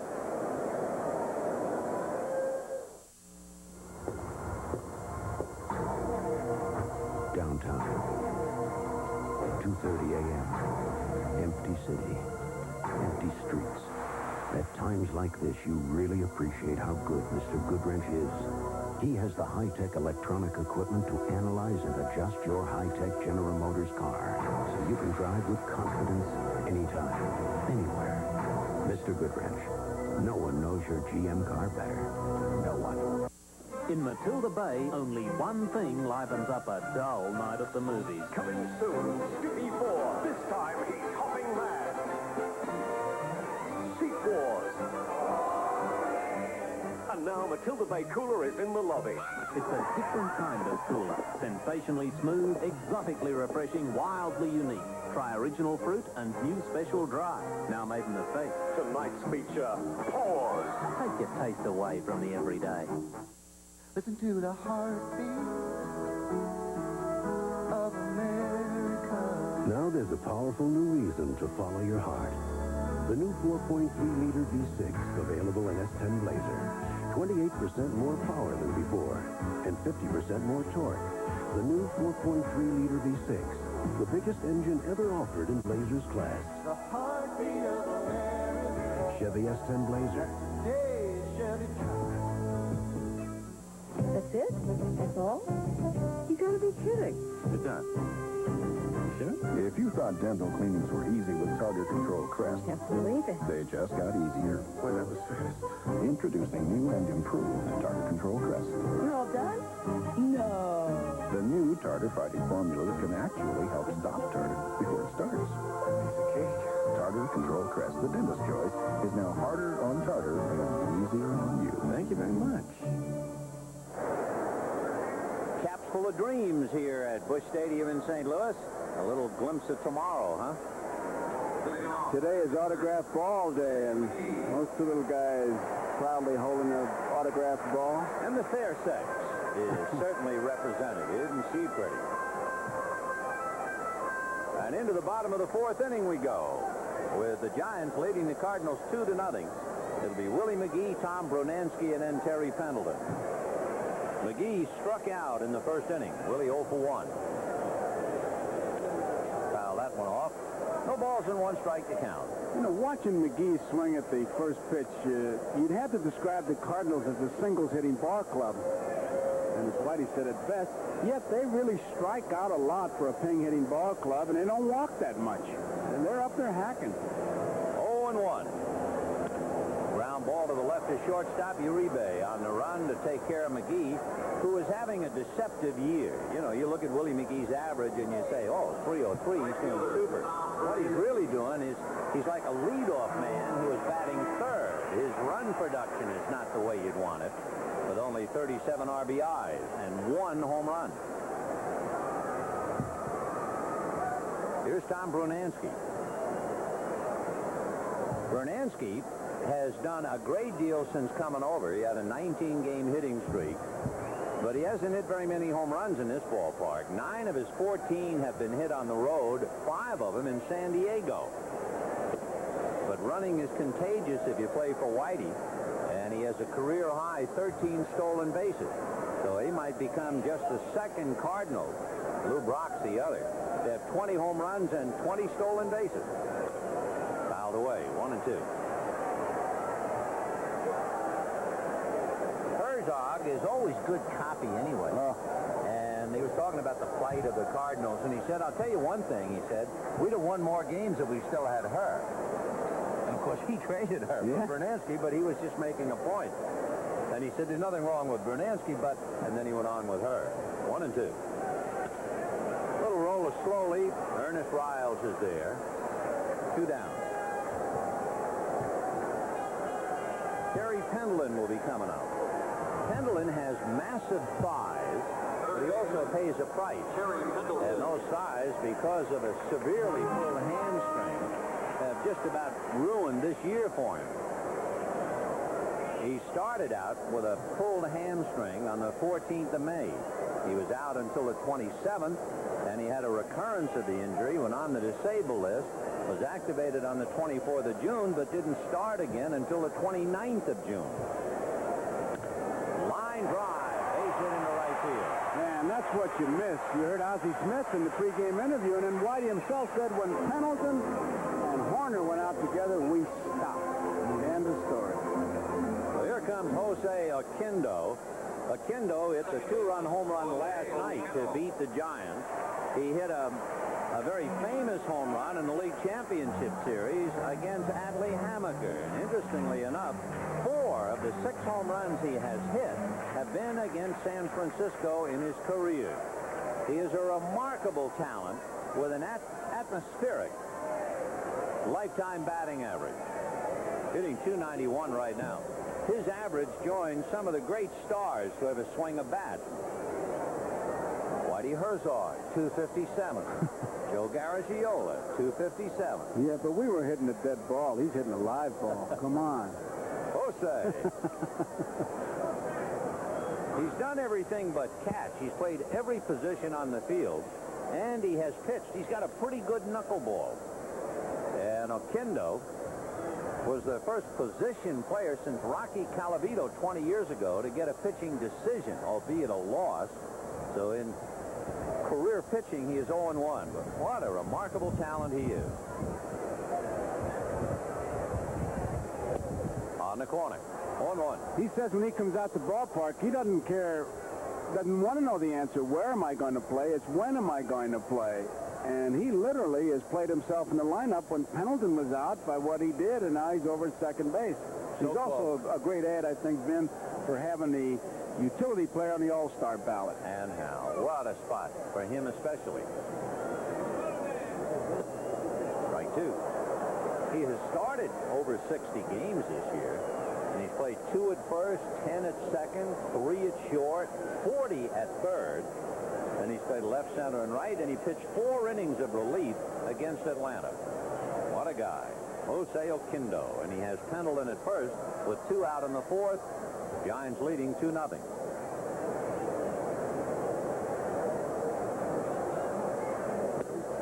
1 ball and 2 strikes.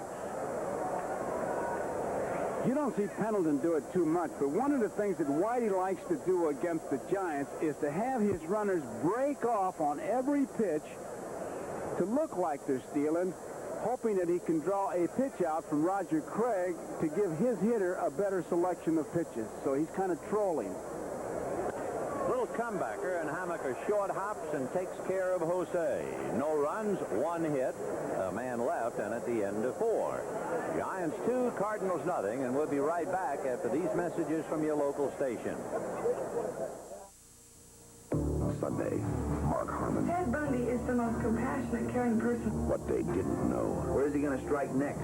The Deliberate Stranger, Sunday.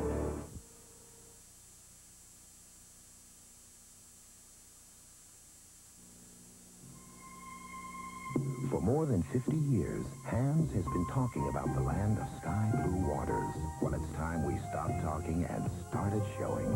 From the land of sky blue waters, from the land of pine, lofty blossoms, comes the beer refreshing. It's the pines and sunset breezes. Has the beer refreshing, has the beer refreshing hand. Saturday at noon, this empty, quiet space will come alive. Round, round, get around, I get around. With Lynch Motors Beach Party Sale at the fairgrounds. Low prices on fantasy vans loaded with style. Beautiful Bayliner boats from Del Rancho Marine. Trucks like you won't believe. Specially priced truck boat combo and the best body on the beach, this Honda CRX SI. Plus sale price sailboards from the Sport House with free dry land training. And a chance to win a cruise for 2 to Victoria. Make it early to the Beach Boys concert for the Lynch Beach Party Sale. But you'll have to wait till noon Saturday. On Mutual of Omaha's Wild Kingdom, you'll see Peter Gross and me, Jim Fowler, in some of the most exciting adventure sequences on TV. We have some of the funniest stand-up comics, too. The best wrestling matches on TV, the most glamorous guest stars, and even the top rock stars. Travel the world with us and see them all on Mutual of Omaha's Wild Kingdom, right here every week. Watch Wild Kingdom this Sunday at 6:30 on Channel 23. Channel 23, KNDO, Yakima. The St. Louis Cardinals must be a case of what might have been. They lost Jack Clark, so they needed somebody to provide some sock, and they went out and got Bob Horner, fresh from Japan. And that one line sums up succinctly what's gone on this year. And Horner, of course, banged up, and he's going to be out for quite a while. 0-1. Adley Hammaker grounded to short in the 3rd inning. 0 for 1.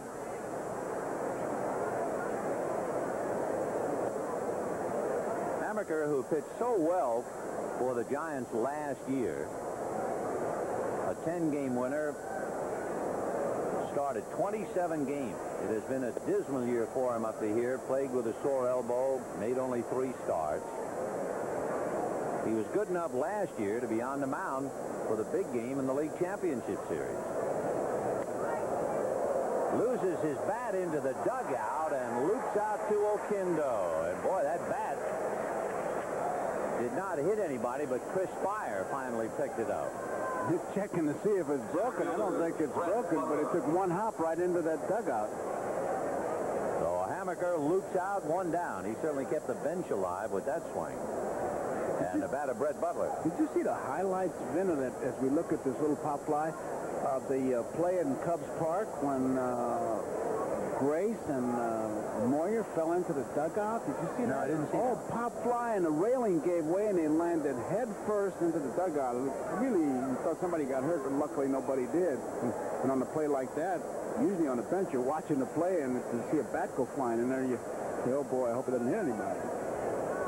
0-1 the count to Brett Butler with 1 out, 5th inning. 2-0 San Francisco. Butler is back to the box and bunted for a base hit in the 3rd inning. He's hit in 11 straight. You might remember the collision with Pendleton and Force.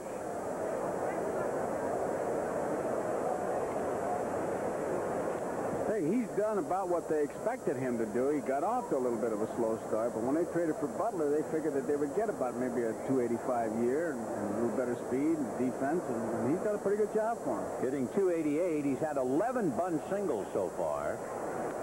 And he's really hot bunting. You don't hear that very often, but he really is. He has bunted safely for a base hit 9 of his last 10 at-bats. I imagine the Dodgers over in Pittsburgh watching this game, making a few notes. Oh, yeah. Butler, let's see. 9 out of 10. Beginning of the year, he had trouble doing that. Remember, we talked about it. Yeah, and how? 3-2 to Brett Butler with Robbie Thompson on deck. 1 out in the 5th inning, and it's Giants 2, Cardinals nothing.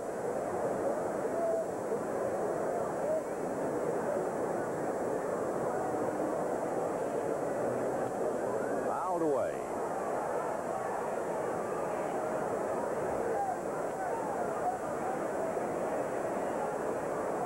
Getting on base, Cal Daniels. Then you have Brett Butler, Darryl Strawberry, and Will Clark, the top 4.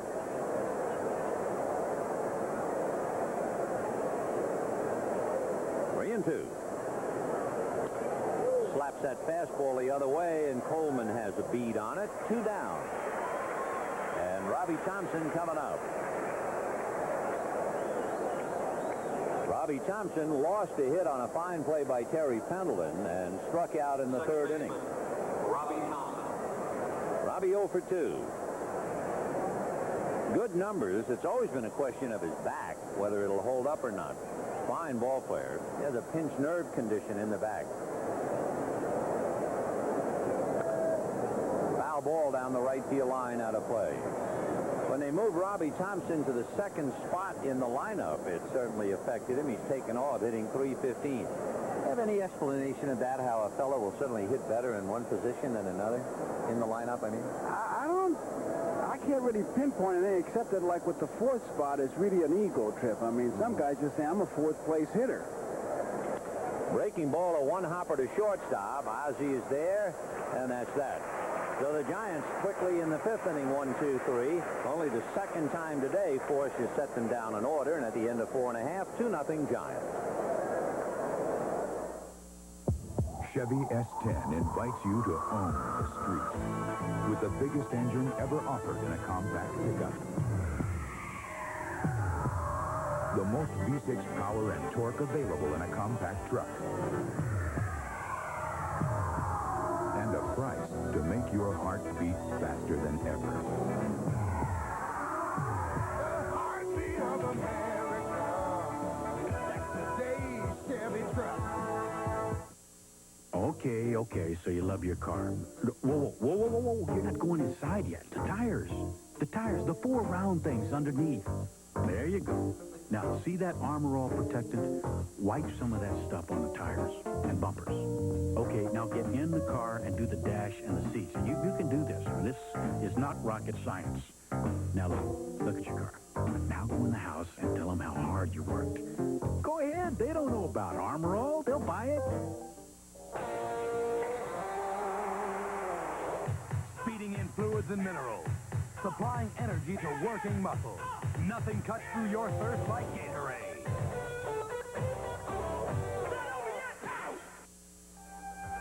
The problem with foreign oil is that the price and supply goes up and down.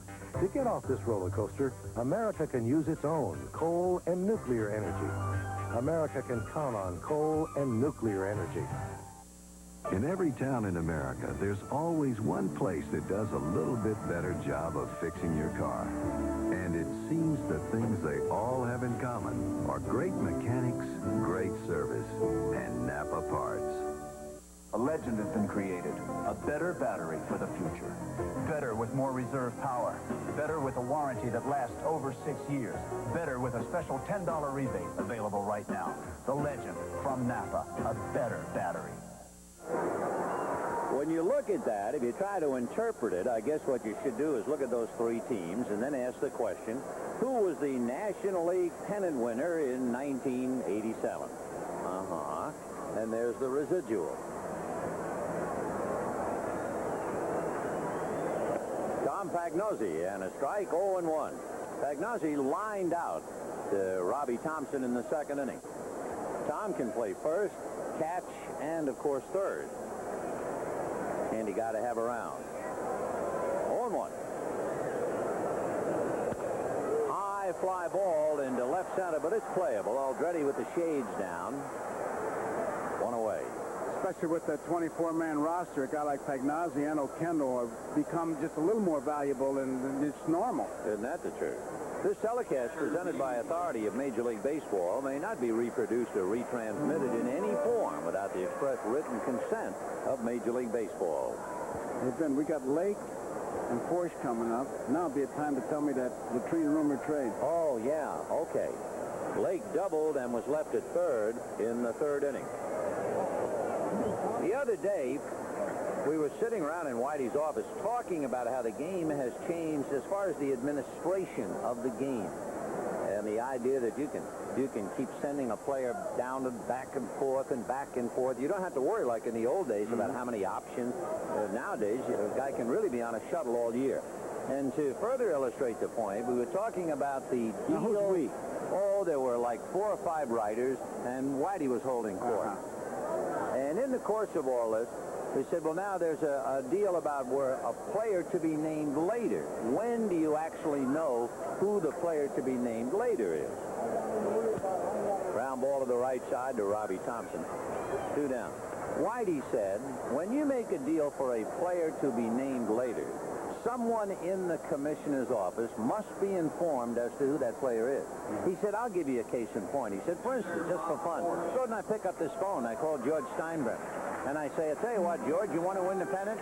I'll give you Ozzie Smith and John Tudor for a player to be named later. We won't say who it is. You tell the commissioner's office that it's Don Mattingly, and then come November, after the pennant and the World Series and everything else, then I'll take Mattingly. And everybody said, yeah, sure, that's right, of course. Only one man in the commissioner's office has to know. End of story.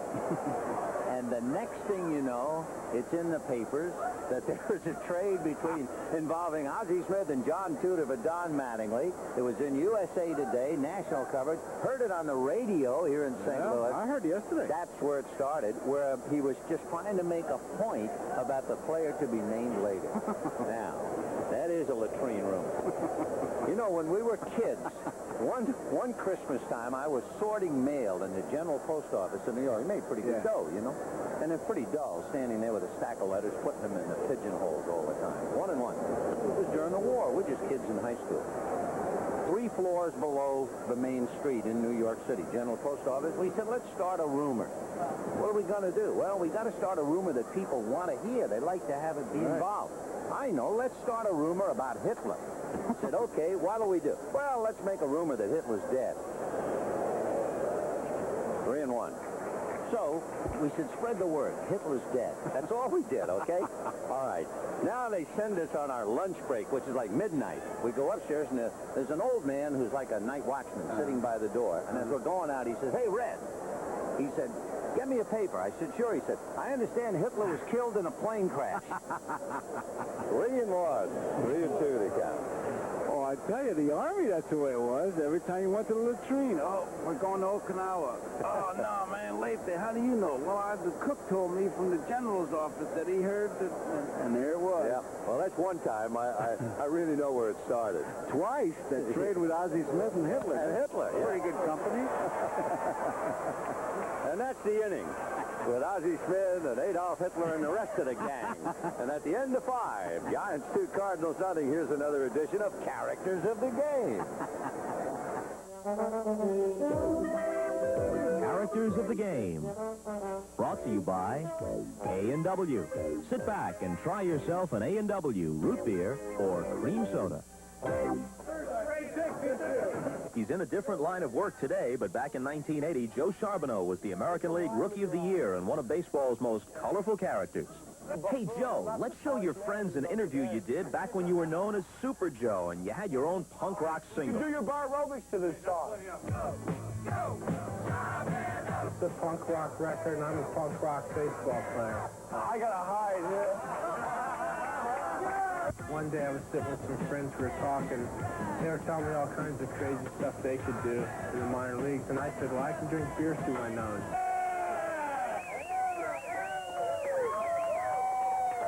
Super Joe Charbonneau, still taking curtain calls, and still a character of the game. There are 3 good reasons to try A&W root beer. 1, it's rich, creamy, and delicious. 2, a frosty mug of A&W is a real change of pace from the usual boring soft drinks. 3, you don't buy A&W root beer, I may have to go back to my previous occupation. And pig catching don't pay half as good as advertising. Next time, try yourself an A&W. As soon as you get out there, call Mike Butler at the Century 21 office. Well, he already called me, Dad. Check the utility bills. I will, Dad. You know, the Rice mortgage. Isn't this guy Butler a friend of yours? Yeah, sure. Well, if he's half the guy you are, I bet I can trust him. Take care of yourself. Write your mother.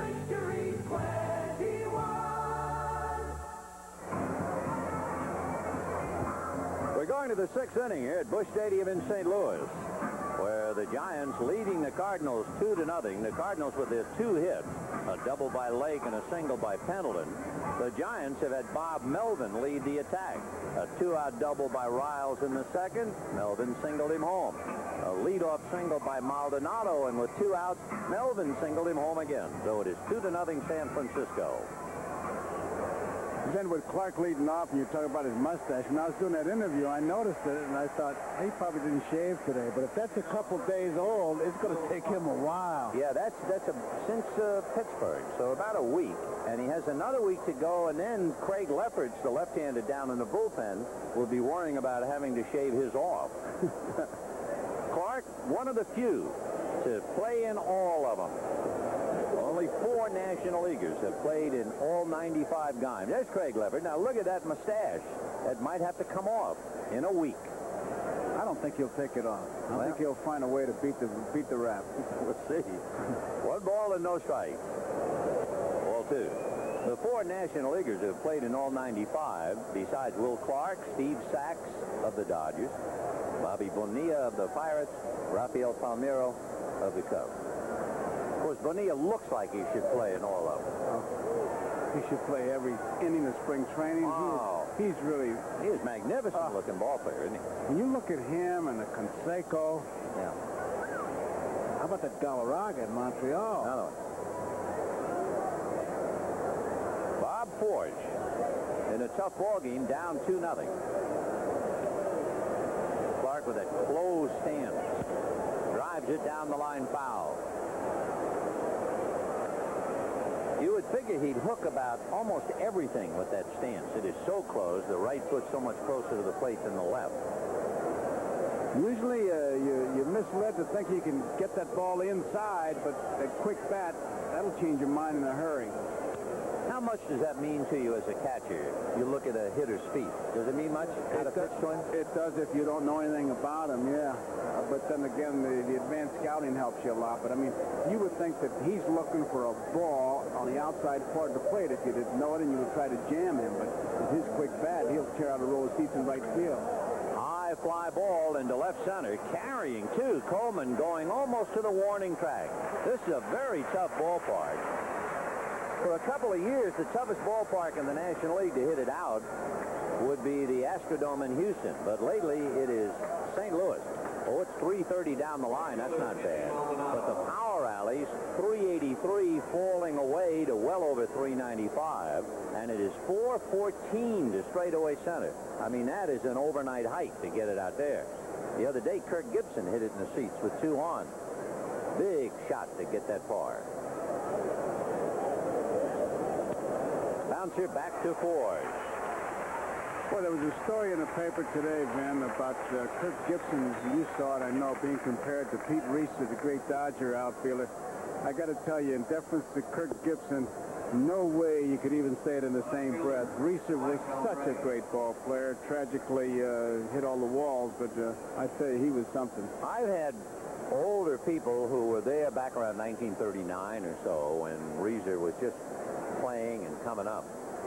And they said, had he not been injured, he might have been the greatest player to ever play the game. Now, that's really some statement, but at least it gives you an idea. And Kirk Gibson, with all of his abilities, would certainly never be included in that kind of a remark. I tell you, I was a kid just drafted in the Army, was on the Fort Riley team with Pete, and then I played against him. And that story today was true. I mean, he didn't care what the score was. He didn't know a wall was there. And as the guy so aptly put it, Tom Wheatley, he said he just did not wrap his career in caution. You can't be a good ball player and do that. He was that exceedingly rare player. That's it right at Coleman. Reiser not only had superb qualities, and he was a switch hitter with power and great speed, but he had that one other thing, overwhelming desire. Right. I mean, he was a manager's dream. At the end of 5.5, 2-0 Giants. We can help you make money. We can help you enter new markets and have a presence. We can help you become a major player in some type of environment. You have the idea, you start it. We'll help you finish it. Obviously, if you're starting a new business, there's something that you think you have to offer. But just having the better mousetrap doesn't necessarily give you market share. You have to understand, how do I take this great idea, how do I target it, how do I get to those folks that can probably and that want to buy, and how do I sort through, of all the people that are out there, of all the companies that are out there for my product and service, which is going to be my #1 target group. We can help you do that. We work with just hundreds of clients annually, and I'm sure we've worked with people in the industry that you're going in, and that would allow you to understand what works, what doesn't work, to get to that market share. What's it going to get you? Money. Isn't that what it's kind of all about in starting up a new business? Sir, express pack, please. Wendy's new express pack is for people in cars, and you don't have a car. Well, that means I just wasted $15 on a lube job. Pick up the express pack. Quarter-pound single with the works. Fries and soft drink at Wendy's. It's harvest time in Matilda Bay. Time to gather the smooth refresher. Matilda Bay Original Fruit Cooler. A new special dry. Now you can pick and choose. We go above and beyond just like you. Above and beyond what we have to do. I'm a Prudential representative, and I help people review their life insurance needs because I know how much the right life insurance means to me and my family. You take pride in your life, so do we. Going above and beyond is our policy. The rock, the Prudential, above and beyond.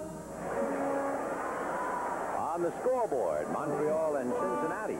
Scoreless in the top of the 7th inning. Montreal 10 back of the Mets.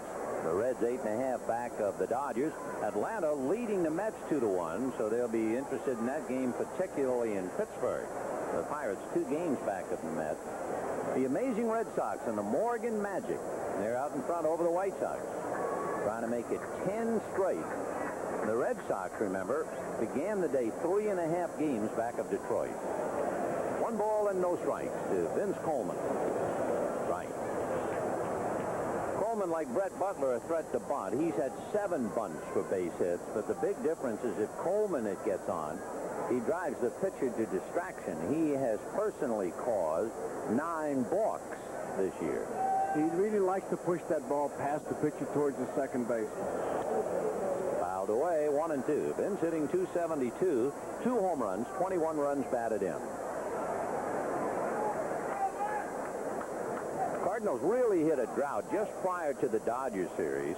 They lost 10 out of 11, and during that stretch, they amassed a total of 20 runs. Never more than 3 in a game. And, of course, you remember they were walloped by the Giants a couple of weeks ago, 2 weeks today, 21-2. The Cardinals had such a bad stretch that at one stage they were 2-12 in July, and their 2 victories, they were trailing San Diego by a run in the 9th inning when they pulled him out. And prior to the Dodgers series, they had led in the 9th inning of a game, June the 25th. So this team has just completely turned off offensively. Everything. They just couldn't do anything right. So this is a big pitch right here. That base on balls would get it started for him because Coleman, as you said, been kind of a guy who could turn a base on balls into a triple. A reminder, of course, with the pennants of great heritage here, of the pennants and world championships won by the Cardinals.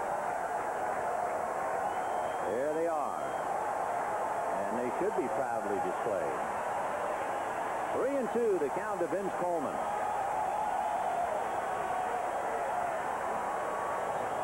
And he walked him, and look out now. Saw an amazing statistic on Coleman. Only 12 of 131 attempts came when St. Louis was ahead or trailing by 3 runs.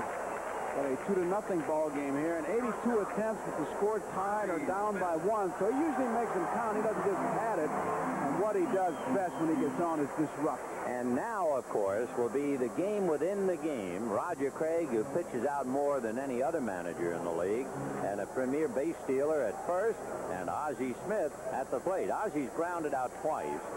Coleman has stolen second 33 times. He's stolen third 14 times. And he stole home this year. He stole home, a straight steal of home. For the first time in his career, he did it against the Mets. He gets a good lead. Roger's going to go out, and I think what he's going to simply say is, hey, you got to worry about the hitter because you worry about Coleman. He gets a big enough lead that he certainly is distracting. You'll see him dig with that left foot to kind of get footing, almost like he's building one of those starting blocks in the track meet. And many times, in fact, most times, he'll get both feet on the artificial surface. And I think that's pretty good base running, or at least getting that pitcher to think you're going. And, of course, he drives, as we said, pitches to distraction, causing 9 balks. Last year, as Joe Price and Randy Bacchus get up in the Giant bullpen, last year, Hammaker balked 7 times. Now, the interesting point to be made about balks on a Giant club, the staff has 11 balks. You know how many balks Roger Craig made in his entire career? Roger Craig made 12 balks in his entire career. And the Giants have made 11. So Roger cautioning Hammaker, I'm sure, not to let Coleman get his goat. And 1 ball and no strikes to Ozzie Smith. It's 2-0 Giants, and we're in the bottom of the 6th inning. There he goes, building the starting block, and look how far over he is. 2-0 the count. The Cardinals, you can honestly say, a base on balls to Coleman is a rally. Oh, sure. It's almost like an extra base hit. Coleman has stolen 48. He has been thrown out 16 times. He's certainly not invincible. And now Hammaker is really in a mess. He appears to have lost his rhythm. I don't know if it's Coleman's presence or what. And Bob Lillis and Roger Craig watching him very carefully. It is 2-0 Giants in the 6th inning. You would think that Smith would at least take 2 strikes now and not help Hammaker out at all. Let's see what happens. And there goes Coleman. It's a strike. The throw, he is in there on his landing gear. Well, you know, imagine that count. You would think he would just be standing there waiting for Ozzie to get the base on balls, and away he goes. The Herzog, who just turns Coleman loose, and Vince steals it. And the count 3-1 to Ozzie Smith. 49 stolen bases for Coleman. That is really a disruptive stolen base because the Giants have to almost feel like we weren't paying that close attention to him, yet they were, as you can see by the wildness in Hammaker. Uribe's trying to hold him on. We'll repeat. Coleman has stolen third base 14 times and only been caught twice. The top man, Gerald Young, with 50. He might have had more. He had a bad knee for a while. And Coleman right back of him. They got daylight between them already. And he walked him. 2 on, nobody out. Willie McGee, the batter, and that walk should certainly be credited to Coleman, I think. And now there are 2 base on balls, and McGee is known as a first ball hitter. Now, you don't want to take the bat out of his hand, but you'd have to make Hammaker work a little bit because he has shown wildness here in the base on balls to Coleman and to Smith.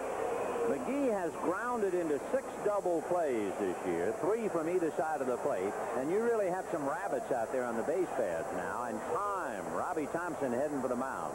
Vince Coleman at second, Ozzie Smith at first, and that'll put even more pressure on Hammaker now. And if you're wondering, would you have the number 3 hitter sacrifice? Well, McGee has sacrificed twice this year. You have Brunansky on deck. You may do it, but he hasn't been doing it. No. And with his speed, we'll wait and see. Yeah, the first thing they do bring Riles up. But he's not going to be caught short. He's up inside the bag at third, kind of looking bunt. Uribe is bird-dogging Coleman. And there he goes. It's a double steal. The throw, they've gotten it. What you're seeing is the 9-to-5 shift making a run. A base on balls to Coleman, 3-0 to Ozzie Smith. He steals second. Smith walks, and now they steal second and third. No possibility to bunt. The fly ball. You're looking at a blue-collar run coming in.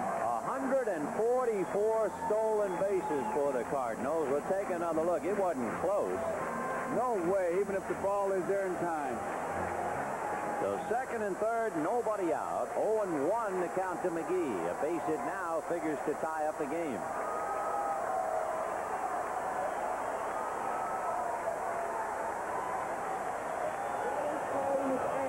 One and one the count. So Hammaker is battling to stay in. McGee with a chance for a couple of RBIs.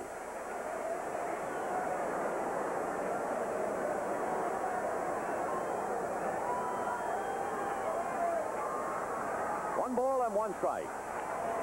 McGee with a man at third and less than 2 outs, hitting 185. That's the percentage. 1-2. Hammaker, accustomed to some pressure. After all, he started games 3 and 7 in the league championship series, and he lost the clincher to Danny Cox here. Game 7, 6-0. That was the game marked by the home run by Oquendo. He's on the firing line now. Boy, this statistic with men in scoring position. McGee's had 132 possibilities. He's driven in 33.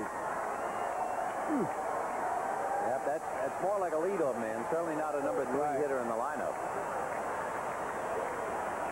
Known to chase that bad low pitch inside. In the dirt, but in front of the plate, and blocked by Bob Melvin. 2 balls, 2 strikes. That was a good save by Melvin. That was, and I tell you, it shows great confidence by Hammaker in this catcher. If you got a guy back there that you don't think can block it, you're not going to do it. So that was a good pitch. It's exactly where he wanted to throw it, hoping McGee would chase it, and Melvin really blocks it nicely. Tries to get the glove down, but he caroms off his protector and stays in front of him. I thought for a moment that Melvin had hurt his neck. Something bothered him just then as he blocked that, but he's all right. But he was twisting his head and his neck. He felt something. Maybe the bill of the helmet stuck in there. That can get you when it hits you behind the neck. 2 balls and 2 strikes to McGee. Little roller up the middle, smothered by Thompson. No play. The run is over.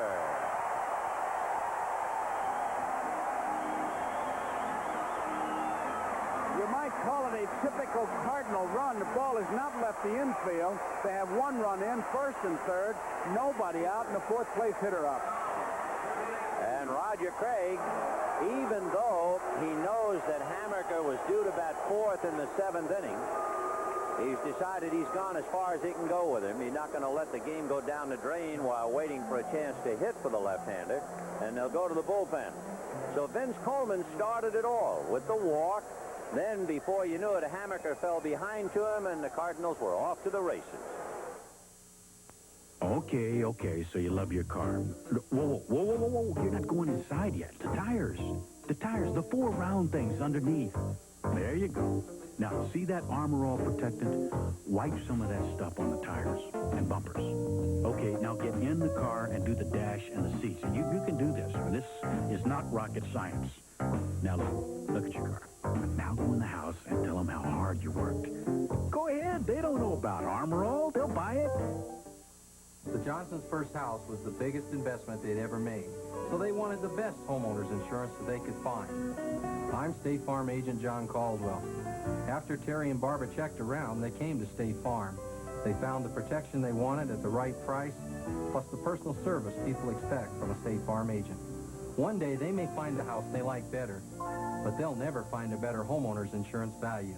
And like a good neighbor, State Farm is there. In Matilda Bay, there's only one thing that'll turn an ordinary night on the town into a night to remember. Matilda Bay Cooler. Little nip of the smooth refresher. Matilda Bay's a different kind of cooler, now made in the States.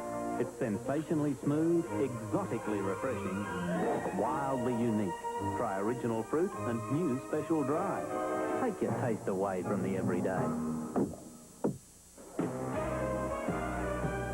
I want a man with a slow hand. He's got a face that I love to touch. Introducing the new Schick Ultrex Plus. Its pivoting head has a lubricating comfort strip and one-push groove to shave you smoother than ever. A touch this easy makes me understand.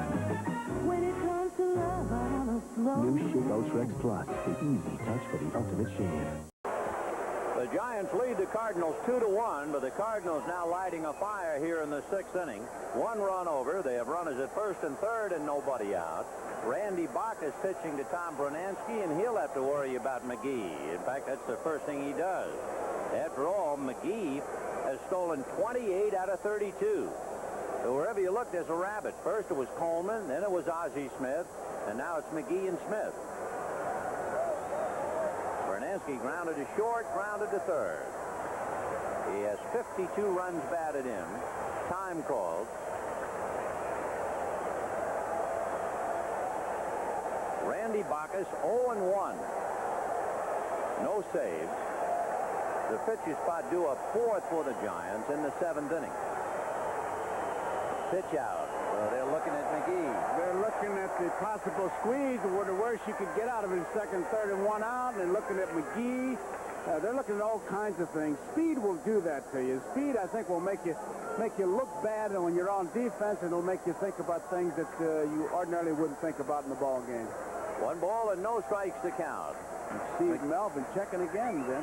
Yeah, and McGee is barely on the rug. His right foot's on the seam. Way out in front of it, 1-1. Adley Hammaker made 71 pitches. Well, that's not so bad. That's roughly 12 pitches an inning. You want to count when he threw his glove after they took him out in the hat in 73. He was really upset when he went in there. 1 ball and 1 strike to Tom Brunansky. Terry Pendleton on deck. Nobody out. McGee at first, Smith at third. That's 3 stolen bases by the Cardinals here in the sixth inning. Remember, they've stolen as many as 6 in a game, and they've done that 5 times this year. 1 ball, 1 strike. 1-2. Tom Brunansky up there with a chance to get the Cardinals even against a 27-year-old Randy Bacchus out of Canton, Ohio. Randy went to Kent State University.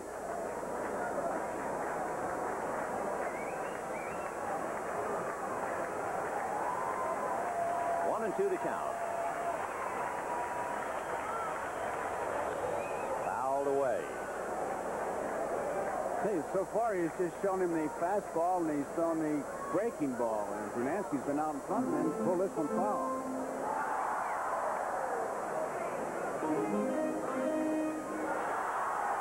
One and 2 to Bruno, as they call him.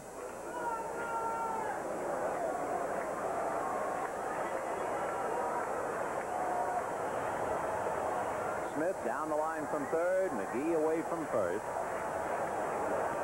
Ground ball to third. Backing up is Riles to second. Safe. And then out. He evidently came on and off the bag, and spiked on the play is Robbie Thompson. We got 2 calls by Dana Demuth. First safe, then out. But let's wait and see. I think that was the correct call, Ben, because the Riles, he was undecided. Ozzie Smith, it was a contact play. As soon as the ball was hit, he broke to the plate. It threw Riles' timing off. Now watch him. He thinks, oh, now he hesitates. Here's where he makes it tough. And McGee is intent on just taking Thompson out of the play, and he does pretty well there, but goes off the bag. And you saw it right there. Look at his feet. He's not on the bag, and Robbie makes the tag. I guess McGee felt right away that he was going to be an easy force out, and he wanted to break up the double play. And he does right here, but he comes off the bag, and it cost him. He was right on top of that play, Dana was. Good call. Meanwhile, Robbie Thompson being ministered to back of the bag.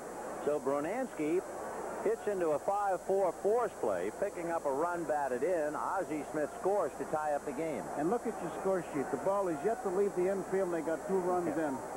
That is a typical Cardinal rally this year. I think Nick Leah is kind of wondering here why the call was made, because he thought that maybe McGee had his feet on the bag, but that replay shows that he was off. Well, Hammaker went out, and now Adley really has reasons to be steamed, because he not only can't win the game, he now can lose the game. And once he got in the dugout, watch him. I mean, he's got to let something off. The helmet went one way, the glove went the other. And I'm sure he is really bubbling over now, because Brunansky at first, even though Bach is pitched to him, Brunansky belongs to Hammaker. So Adley Hammaker can't win. He could only lose. It's been that kind of a year for him. 2-2 in the 6th inning. As you mentioned, Ben, you can't take Brunansky for granted. He's got 13 stolen bases. And how? They're talking around here. He'll be a 20-20 man. 20 stolen, 20 home runs. And 4-1. So Coleman walked and stole second. Smith walked. Then Coleman and Smith negotiated the double steal. McGee got an infield single back at second base for a run, and Brunansky hits into a force play for the second run to tie it up. They just moved Butler a little more towards center field. He was way over in right center. Straight away now. There you see him. Lined up right with that bag.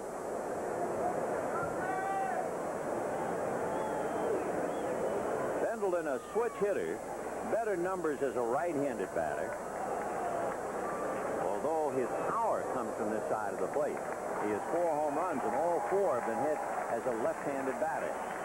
Brunansky just did what we had talked about earlier. He really gave it a good false start off first base, like he was going to go all the way. And what Whitey is hoping is maybe draw a pitch out from Roger Craig. 2-0, the count of Pendleton.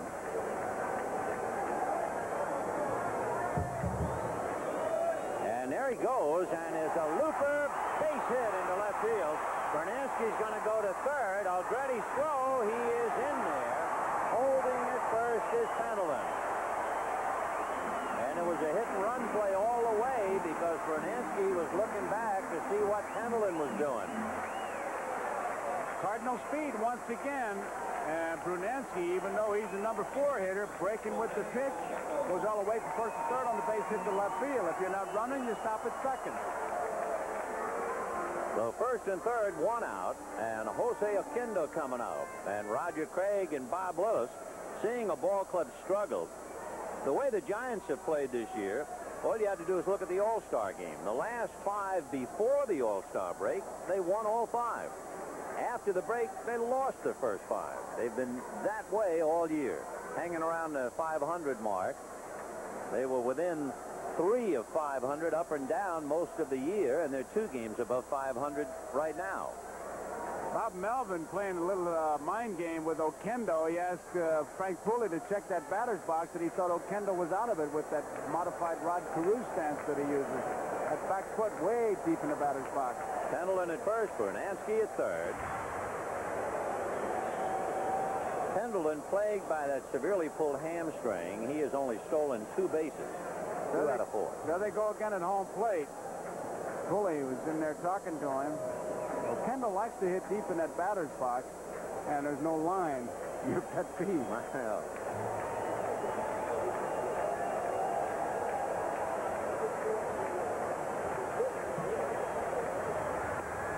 they're going to watch him. We have a 2-2 tie here in the 6th inning. 2 runs, 5 hits for the Cardinals. 2 runs, 4 hits for the Cards. 2 runs, 5 for the Giants.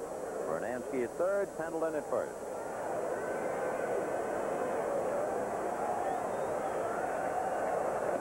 Right.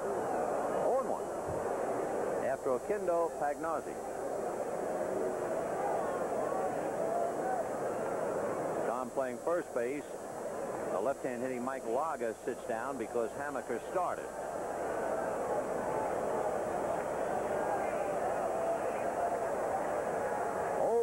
To Jose Oquendo. Off speed, and he missed with it.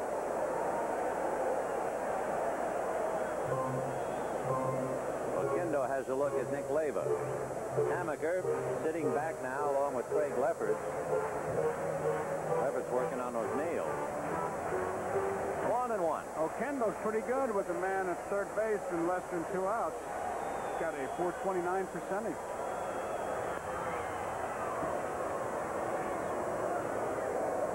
The remarkable Oquendo, who made his debut with the Mets when he was about 19 years old. He really studied Rod Carew. He said he watched that videotape, and you can see by that stance he's a good student. 2-1. Oquendo debuted with the Mets, and he was 19 years, 9 months, and 28 days old. Interesting, he had 2 regular season home runs in his career, both off left-hand pitchers. And then in Game 7 last year, he hit the big one against Atlee Hamaker. And a squeeze, fouled it away. So Bernansky was coming, and Oquendo got a piece of it, but that's all.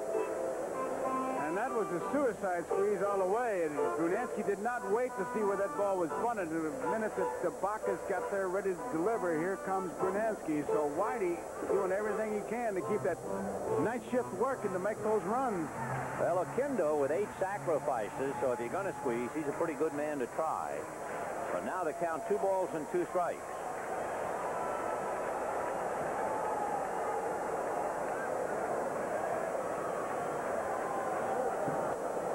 Full swing foul, and the count stays.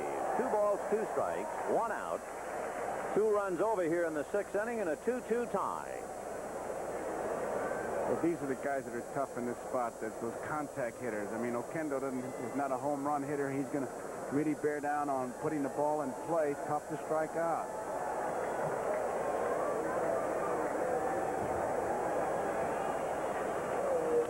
Ground ball down to shortstop. Uribe to Thompson.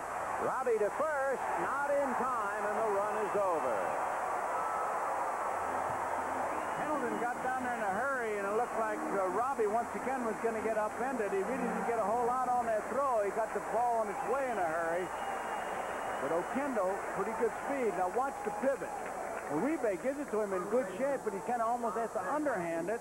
And you can see that Pendleton was already down there. And Oquendo with good speed beats the play. Now that's very important, especially for Atlee Hamaker.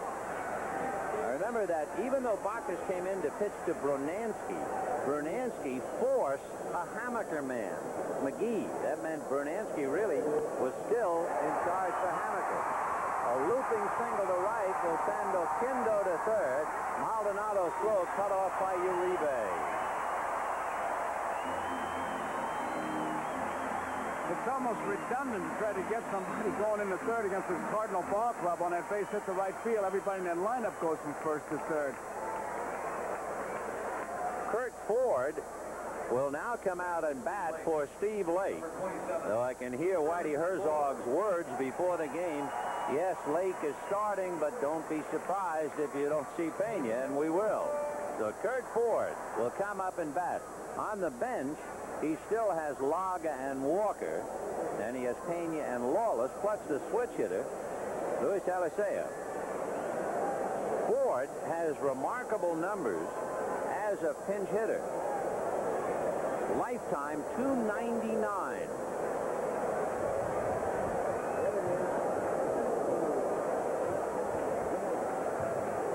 Tell you, speed is really, there's just no mistaking it. I mean, it can do so much for you. It never goes into a slump. And you think about Oquendo's ground ball, ordinarily, average runner, it's a double play. He just beats it out. They pick up a run. Inning is alive. Here comes a good bluff at third. Oquendo came about 35 feet down the line. You wouldn't expect to see anybody try to steal home with a left-hand hitter at the plate, but boy, what a fake he put on. 0-2 the count to Kurt Ford. Oquendo at third, Pagnozzi at first. Ford is the 8th man to come to the plate, and the Cardinals have taken a 3-2 lead. The left-hand hitter gives you a catcher a good view of the runner, but if that pitcher doesn't give you the ball, all you are is a spectator. Or if he tries to change in the middle of the delivery, you have a balk or even a wild pitch. You can't really knock anybody down because he's on the other side of the plate. So it's the pitcher's responsibility. He's looking right at him when you're right-handed as Bacchus is. 0-2. And they pitch out because they're looking at Pagnozzi just in case the Cardinals were in a running mood. Might be thinking about a delayed double steal. 3-2 St. Louis in the 6th. And Whitey talking about Craig says Roger likes the double pitch out. Now, he did the other night. I would tend to doubt he would do it here, but it's not unusual for Roger Craig to pitch out twice. 1-2. Bob Forrest, pretty good hitting pitcher on deck. 2-2 to Kurt Ford. Pagnozzi, the runner at first. Interesting they would pitch out, but Pagnozzi doesn't do any running. He's a catcher, first baseman, third baseman. He has not been involved in a running play this year. Doesn't have much of a lead either. Now 3-2, so he'll be going. In fact, with a full count and 2 down, Pagnozzi was gesturing to the dugout. I go, right? Yeah, I wouldn't give Ford a chance to swing here as long as you got a 3-2. I certainly wouldn't come in with a fastball. So Pagnozzi at first, Oquendo at third, 3 runs over, and the Cardinals lead 3-2. Pagnozzi holding his ground on a fake by Bacchus. He was well off the rubber. And Will Clark way behind the runner at first base comes back as Bacchus was trying to, I don't know what he was trying to do. Look how far back he is. There's no way he's going to fake anybody. 3-2.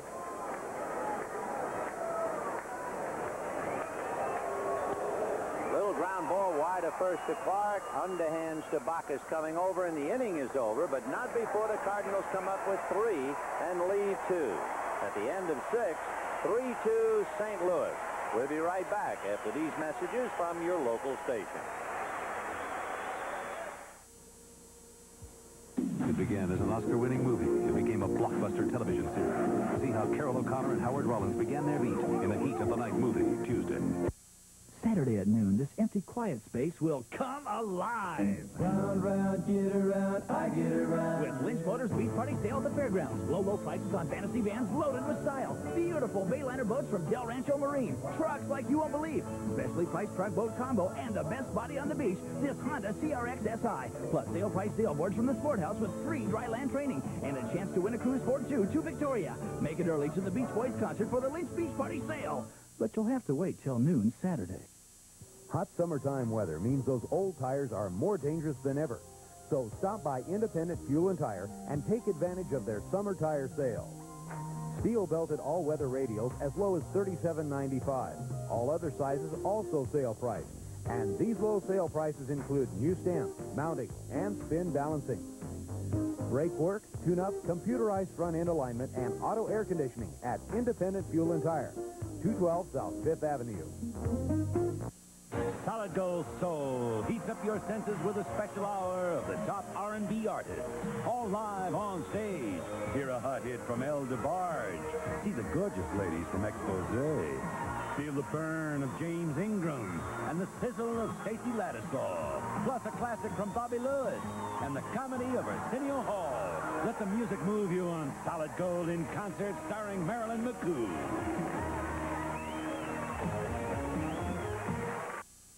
Channel 23, KNDO, Yakima.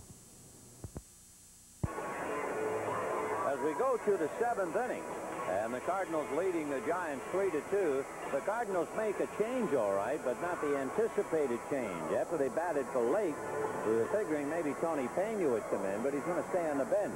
Pagnozzi, who also can play catch or third.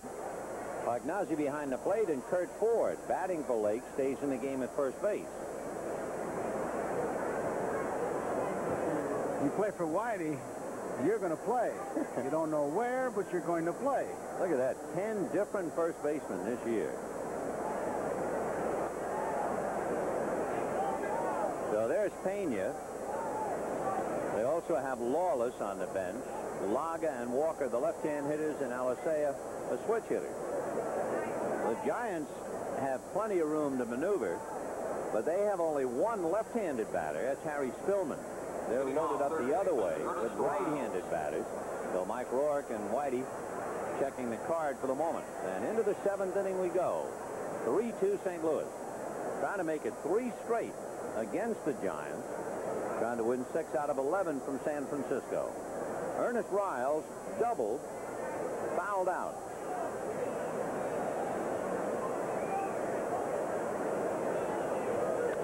And he drives it to center. McGee started in on the ball, but he has plenty of room. 1 away, and let's go to New York to Marv Albert for an update. Thanks, Ben. In Cincinnati, a most unusual situation. The play-by-play call of Reds broadcaster Marty Brenneman accidentally was hooked into the public address system, thus heard throughout the stadium, so the umpires called time to disconnect. The distraction, I'm sure, was nothing personal against the Red broadcast team. They're in the 8th. Expos lead the Reds 1-0. Back to Vin and Joe. Bob Melvin.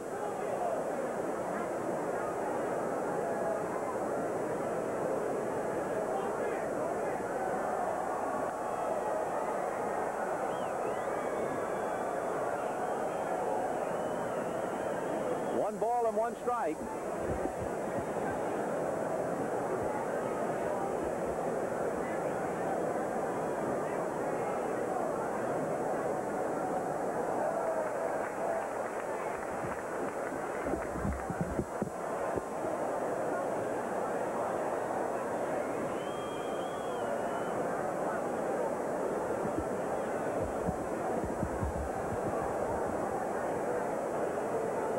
Two strikes to count.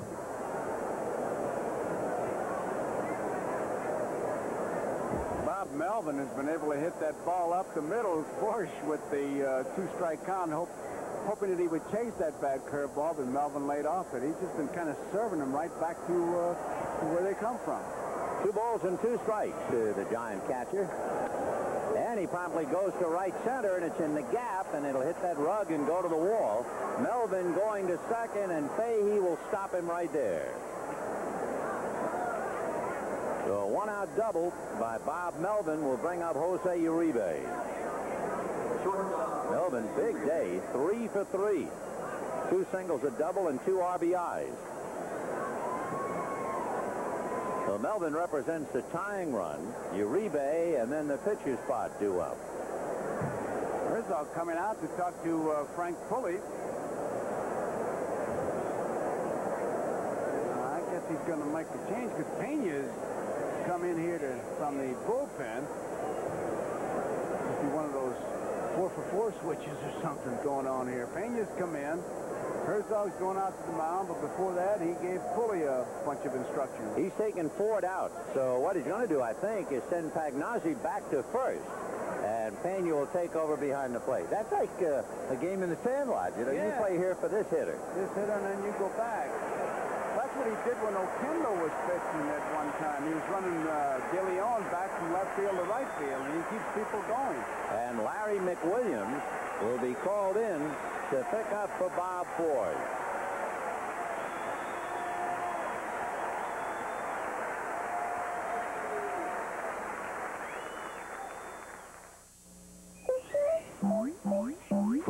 who gave you Matilda Bay Original Fruit Cooler comes a crisper, drier taste.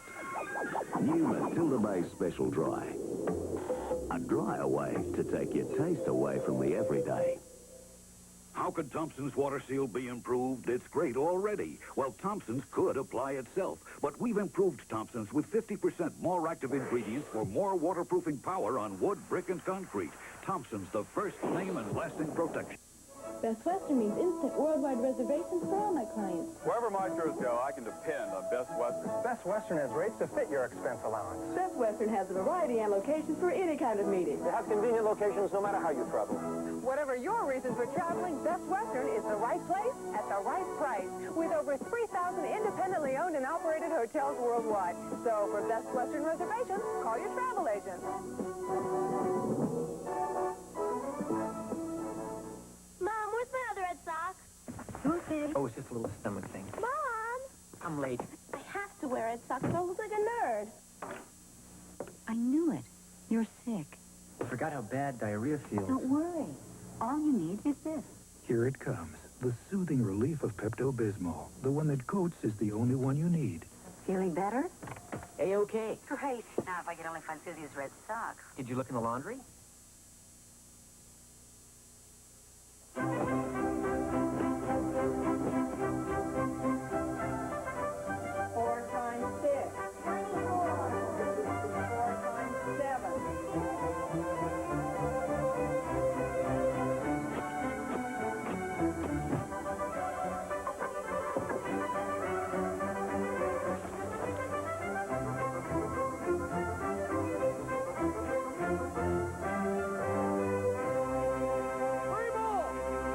Get up and go. The preceding message was furnished by Major League Baseball. Bob Forsch went 6 1/3 innings, so once again the Cardinals have to go to the bullpen. But Atlanta still has the fewest complete games in the National League. The Cardinals with 8, and the Giants with 9, Pirates 9. When Whitey Herzog decided to bring in Larry McWilliams, that automatically brought in Pena because Ford made the last out in the 6th inning. So the 2-for-1 switch gives Whitey an opportunity to put McWilliams in the number 8 slot. And therefore, Pena, new in the game, will bat 9th, catch, and lead off in the bottom of the 7th. McWilliams will also turn Uribe around. So Jose 0 for 2, now batting right-handed. Fine.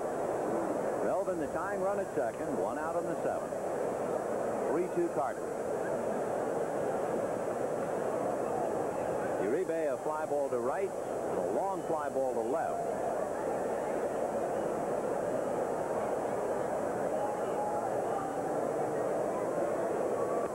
Ground ball wide to third, smothered by Pendleton, who gets up to get him. Fine play. That's his second dandy today. He made a wonderful play on Robbie Thompson in the 1st inning.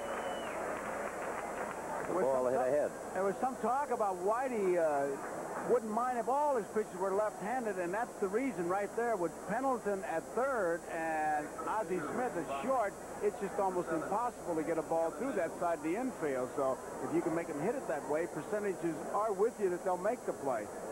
Kevin Mitchell is now coming out of the dugout. He was originally penciled in the starting lineup. Then at the last minute, they lifted him in favor of the third baseman Riles. And now Kevin coming up to swing a bat for Randy Bacchus.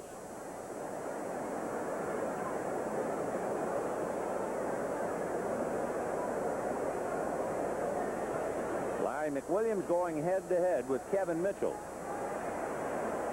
There's John Riley Costello down in the Cardinal bullpen. They're going to walk Mitchell intentionally, so Brett Butler will be coming out. Be 2 on, 2 out. Whitey doesn't hesitate to walk you. The other day, he broke that so-called rule of the book. He put the intentional walk, giving the winning run to first base, and got away with it. You see it rarely, but you see it. You're looking at it now. The tying run is on at second base, and it's going to be Mitchell who's the lead run. So we've seen him do it now. We're putting the potential winning run on base twice in the last couple of days. I like that when managers do that, because otherwise it's that tired old managerial strategy where they come out, don't give him anything good to hit, and if he widens the strike zone and does hit a bad ball for a base hit, you as the catcher and the pitcher are not going to have a chance to tell that manager, hey, it was a bad ball he hit. All he sees is a run come in, and he's going to blame you. So he took the monkey right off everybody. The responsibility now is with Whitey, and that's where it should be. Now you get the left-hand hitter, Butler, against the left-hand pitcher, McWilliams. Butler, with a bunt single, has hit in 11 straight. Robbie Thompson on deck. Right. So Bob Melvin at second, Kevin Mitchell at first, 2 out in the 7th inning, and the Cardinals leading 3-2. I think that Melvin will have trouble scoring on any kind of a decent hit ball because they're playing very shallow in the outfield. Any kind of a throw will get him. Little sidearm job just outside, 1-1. Butler has 3 home runs. No swing, says Dutch Renner. 1-1. Now he's talking to the fans. What do you want from me? Larry McWilliams, 6'5", and about 180 pounds. He's all elbows and kneecaps coming at you. Curveball is dunked into left center field. Base hit. And bouncing over McGee's head, so both runs will score, and Butler will wind up with an AstroTurf triple. And it is 4-3 San Francisco. McGee got caught. He got caught. The strategy gets Whitey, burns him because the lead run comes in, but McGee looked like he had intentions of making the catch and then realized he wasn't going to get it. He was too close to the ball, and it bounces right over his head, and it's just one of those bad days, and Whitey, who took the responsibility, now has to pay. Here comes McGee. He's in too close right there. Now he's, oh, I'm in trouble. And what it means, Melvin scores. That run is charged to Forge, so he has nothing to do with the game. But the intentional walk to Mitchell and the score, that run belongs to McWilliams, and so does this one, as Robbie Thompson singles to left to bring in Brad Butler. So the Giants have scored 3 times in the 7th inning, and they take a 5-3 lead. So Whitey Herzog rolled the dice, and it came up snake eyes. So Butler triples in and then comes home on the single by Robbie Thompson. Now the batter is Will Clark. 0-1.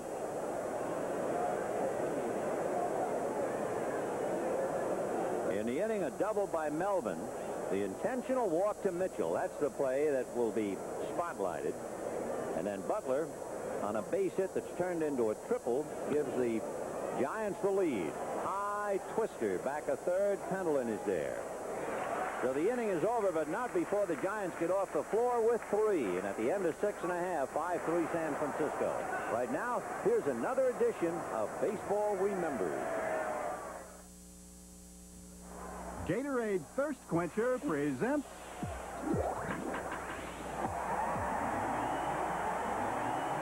the 7th inning stretch. Gatorade is thirst aid for that deep down body thirst. This switch-hitting pirate concluded 1987 in the top 10 in batting. In 88, he's gone further, mixing power with average. Can you name this up-and-comer? Got a big, hot, healthy thirst for Gatorade. Feeding in fluids and minerals. Want my whole hot body wet with Gatorade. Supplying energy to working muscles. No, there's nothing better when I sweat. I just got to get Gatorade. When you're hot, nothing's better. Gatorade is thirsty. Ooh, I got to get it for that deep down body thirst. The Bucks' Bobby Bonilla bubbles over in talent. He possesses one of baseball's rare traits, power from both sides of the plate. This 25-year-old slugger batted .300 in his first full season in Pittsburgh. And defensively, Bonilla fills the Pirates' dance card at third base. After a stint in the outfield, he's really caught on at the hot corner. The future is bright for the Pirates and their #1 hitman, Bobby Bonilla. Next Sunday, live from Wembley Stadium, the San Francisco 49ers battle the Miami Dolphins. American football from jolly old England and NBC Sports. Larry McWilliams back in the Cardinal dugout. A base hit that winds up bouncing for a triple, followed by another base hit. He's down 5-3. Another left-hander picks up the pitching burden for San Francisco, Joe Price. Leading off, catcher Tony Pena. So Joe Price trying to preserve this one because Bacchus, who pitched the 6th inning, was a pitcher of record and could win it. Joe Price 0-4, 3 saves. Vin, you were talking about a close stance before. Pena used to have a close stance, but Whitey has convinced him to kind of open it up so he gets a better look at the batter, straight ahead look, and able to handle an inside pitch. Maybe it's paid off. He's hit safely in 5 of his last 7. Whitey was saying he broke 13 dozen bats last year. That tells you something. I think that's a little bit overstated. A little bit, huh? 1 ball, 1 strike. But when he was hitting good, he would hit the fastball to right center field, and that's where they're playing him. Butler's over there in right center field. When he was trying to pull that ball, that's how you break the bat. Either the one way inside or hitting it off the end of the bat. There's the deal and the numbers. And, of course, they're still trying to get out from under it because, among other things, looking at it again, you have perhaps the best center fielder all around in the National League, Andy Van Slyke. As fine a catcher as there is in the league in Mike LaValliere, and one of the better young pitchers, Mike Dunn. All for this man, so you can understand the pressure on Tony Pena, not to mention what it did to the intestinal tract and stomach of Whitey Herzog. 3-1. Right. And yet when that deal was made, a lot of people thought the Cardinals had made a steal. And that's a case of where the fellows who were here, Van Slyke was not the ball player here in St. Louis that he certainly is in Pittsburgh. He had a chance to play, and he showed him what kind of a player he is. The Pirates made some deals, and all of a sudden they're right there. And that's hit down the right field line, slicing and landing fair. Maldonado has to go up to get it, and Pena wisely holding on because Candy has a fine arm. So Pena flare to right for a base hit. So the tying run will be coming to the plate. Vince Coleman will be the batter. Coleman fouled out and struck out, but then he set a little fire in the 6th inning when he opened up with a walk, and before the dust settled, the Cardinals had scored 3. 5-3 Giants, bottom of the 7th.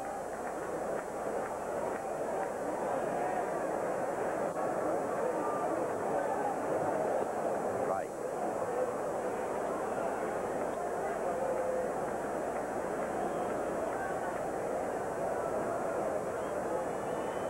Roger Samuel's a left-hander. Scotty Garrelt's the right-hander. 0-1.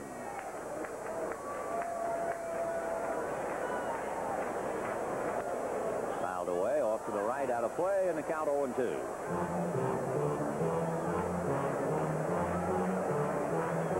Rick Russell and Jose De Leon in the final game of the series tomorrow. Russell 12-5, De Leon 6-7. There's Rick.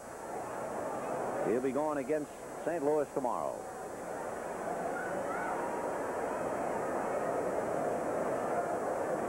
No balls, 2 strikes.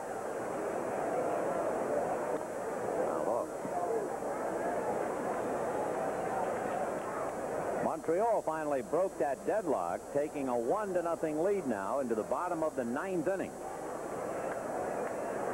And the Red Sox, Morgan's Magic, 10 in a row, 11-5 over Chicago. That is really some story. And there's strike 3 called on Coleman. Coleman thought it was outside.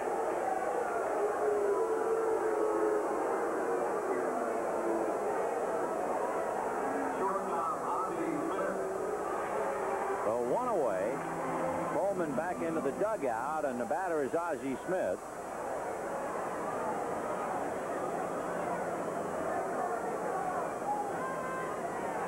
Ozzie has grounded out twice and walked. Ball 1-0.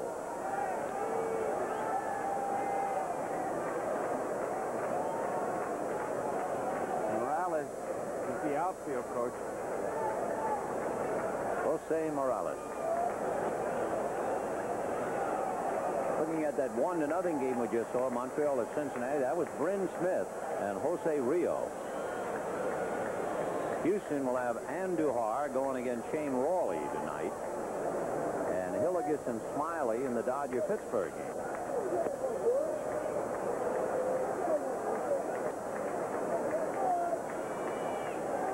As Ozzie grew older, like good wine, he got better. He's really gone into a physical fitness program. And drives one into the left field corner, hooking in the corner, gone.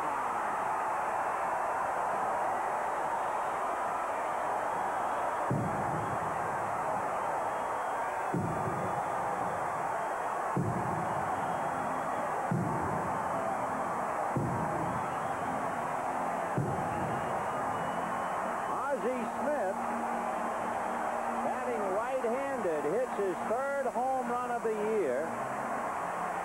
He hit one with 2 men aboard against Bob Nepper. That was the first one he had hit since 1985 in the league championship series against Tom Niedenfuhr.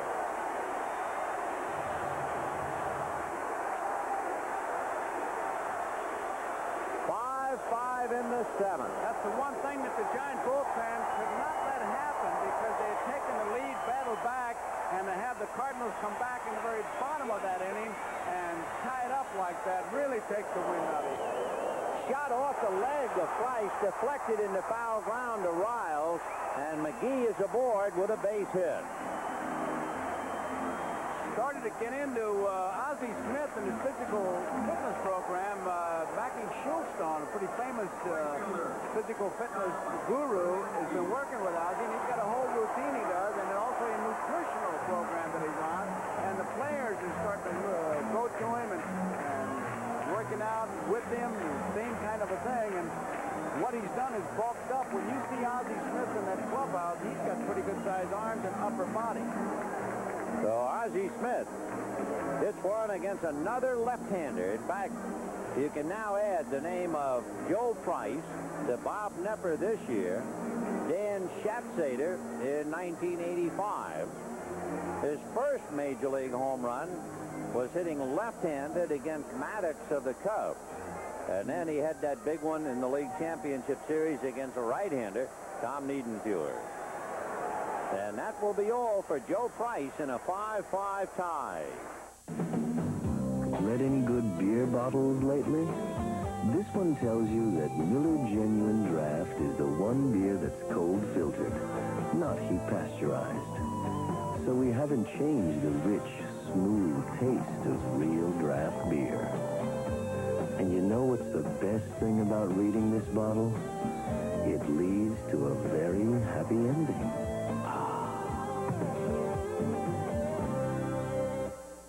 A special feature's coming your way from Domino's Pizza to ruin the noise day. It's a really big show, so don't be late. 2 regular cheese pizzas for just $8.88. Pay a bit more for toppings. It's all hot and fresh, because it's at your door in 30 minutes or less. Hurry, this won't last forever.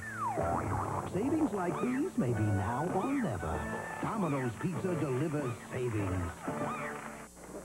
Well, you know the bad news. Charlie Carlton looks cool under pressure. But just because his shirt is dry doesn't mean he smells good. Because underarm odor is invisible, he needs Sure Solid. Sure helps protect against wetness and odor. So, Charlie, why go to work with a dry shirt and a false sense of security? Tomorrow, use Sure Solid and be just as sure about odor as you are about wetness. I hear we have a new vice president. Thanks.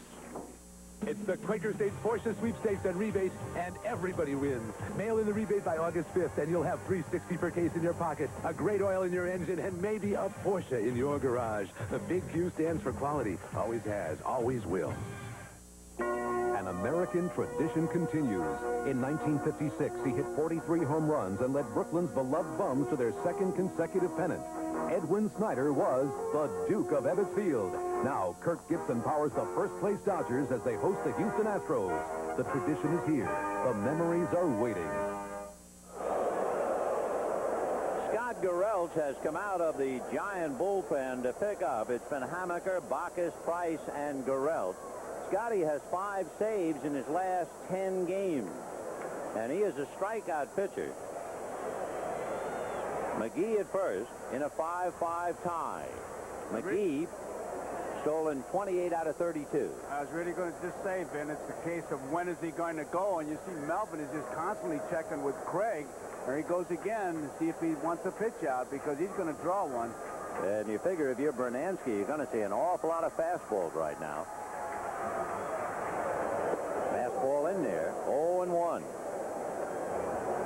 With a guy like Gerelt, that's about all you can look for. He's going to show you a breaking ball, but his out pitch is that big, good fastball. Roger Craig has to be stunned, absolutely stunned over what has transpired last night and now today. There's the breaking ball in the count 0-2. Hard slider down and away. Can you imagine last night you lose on a 2-run home run by this man, Jose Oquendo, his 4th home run of the year. Today you see a 5-3 lead go right out the window on a home run by Ozzie Smith. 2 unlikely home run hitters. And that takes care of Bernansky. And it looks like after 1 fastball, they got 2 hard breaking balls. And the last one was out of the strike zone, which was a good spot for it because he's way ahead of the hitter. It's a waste pitch, but it's working for you. I mean, just a waste of pitch is ridiculous. Strikeouts per inning, as you can see, when you talk about Scotty Gerelts being a strikeout pitcher. He has struck out 22 batters now in his last 20 innings. McGee has really been studying Nick Levy over there. So here's Pendleton, aboard on an error, single to right, single to left. We have a 5-5 tie in the 7th inning. Good ball game. 5 runs, 8 hits, and an error for each side. I got to believe McGee just looked at his first base coach to get verification. He looked at him twice like, is it still on? Is it still on? Those are the kind of things you look for when a base runner gets on. Willie's probably shaking the feeling that it's a bad day. Remember the throwing error, then playing a single into a triple. With the bat, he has 2 hits. But he's probably a little tentative. 1 ball and no strikes to Terry Pendleton. There's Melvin checking once again. You know, that must be hard when you play this game every day. You do something badly in the first inning and not to have the effects of it linger the whole game. You know, like you say, oh, it's going to be one of those days, right? That attitude on the first tee. Hit the ball out of bounds, say, oh, what a day. What a day I'm going to have. Willie wants to go. Well, the count's his favor now. 2 balls and no strikes. Kind of a noisy 7th inning here. He really picked up the pace. 5-5. There he goes. And a check swing chopper to short. Uribe takes care of Pendleton. But the Cardinals get 2 to get even on a home run by, of all people, Ozzie Smith. And at the end of 7, a 5-5 tie.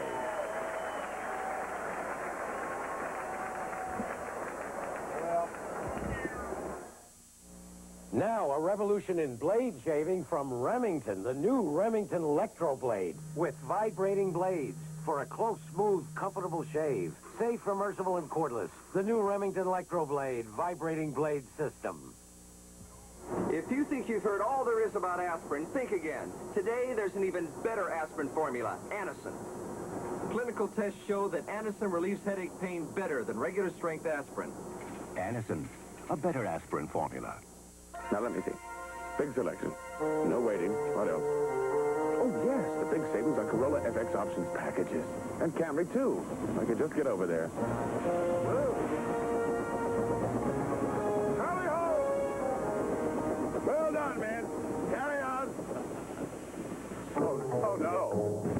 You can save big on Camry options packages, too. So, Toyota's really big sales event. It only happens once a year, and it's happening now.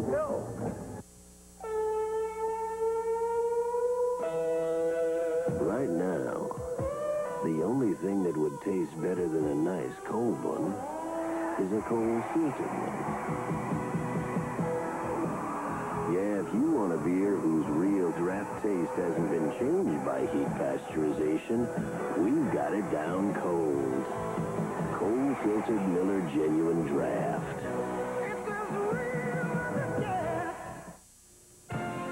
This is Marv Albert in New York. As Vin mentioned a moment ago, new Boston manager Joe Morgan made it 10-0. This the rapper as the Red Sox beat the White Sox 11-5. Red Sox have won 15 straight at home, but only 3 games out of first. Back to Vin and Joe.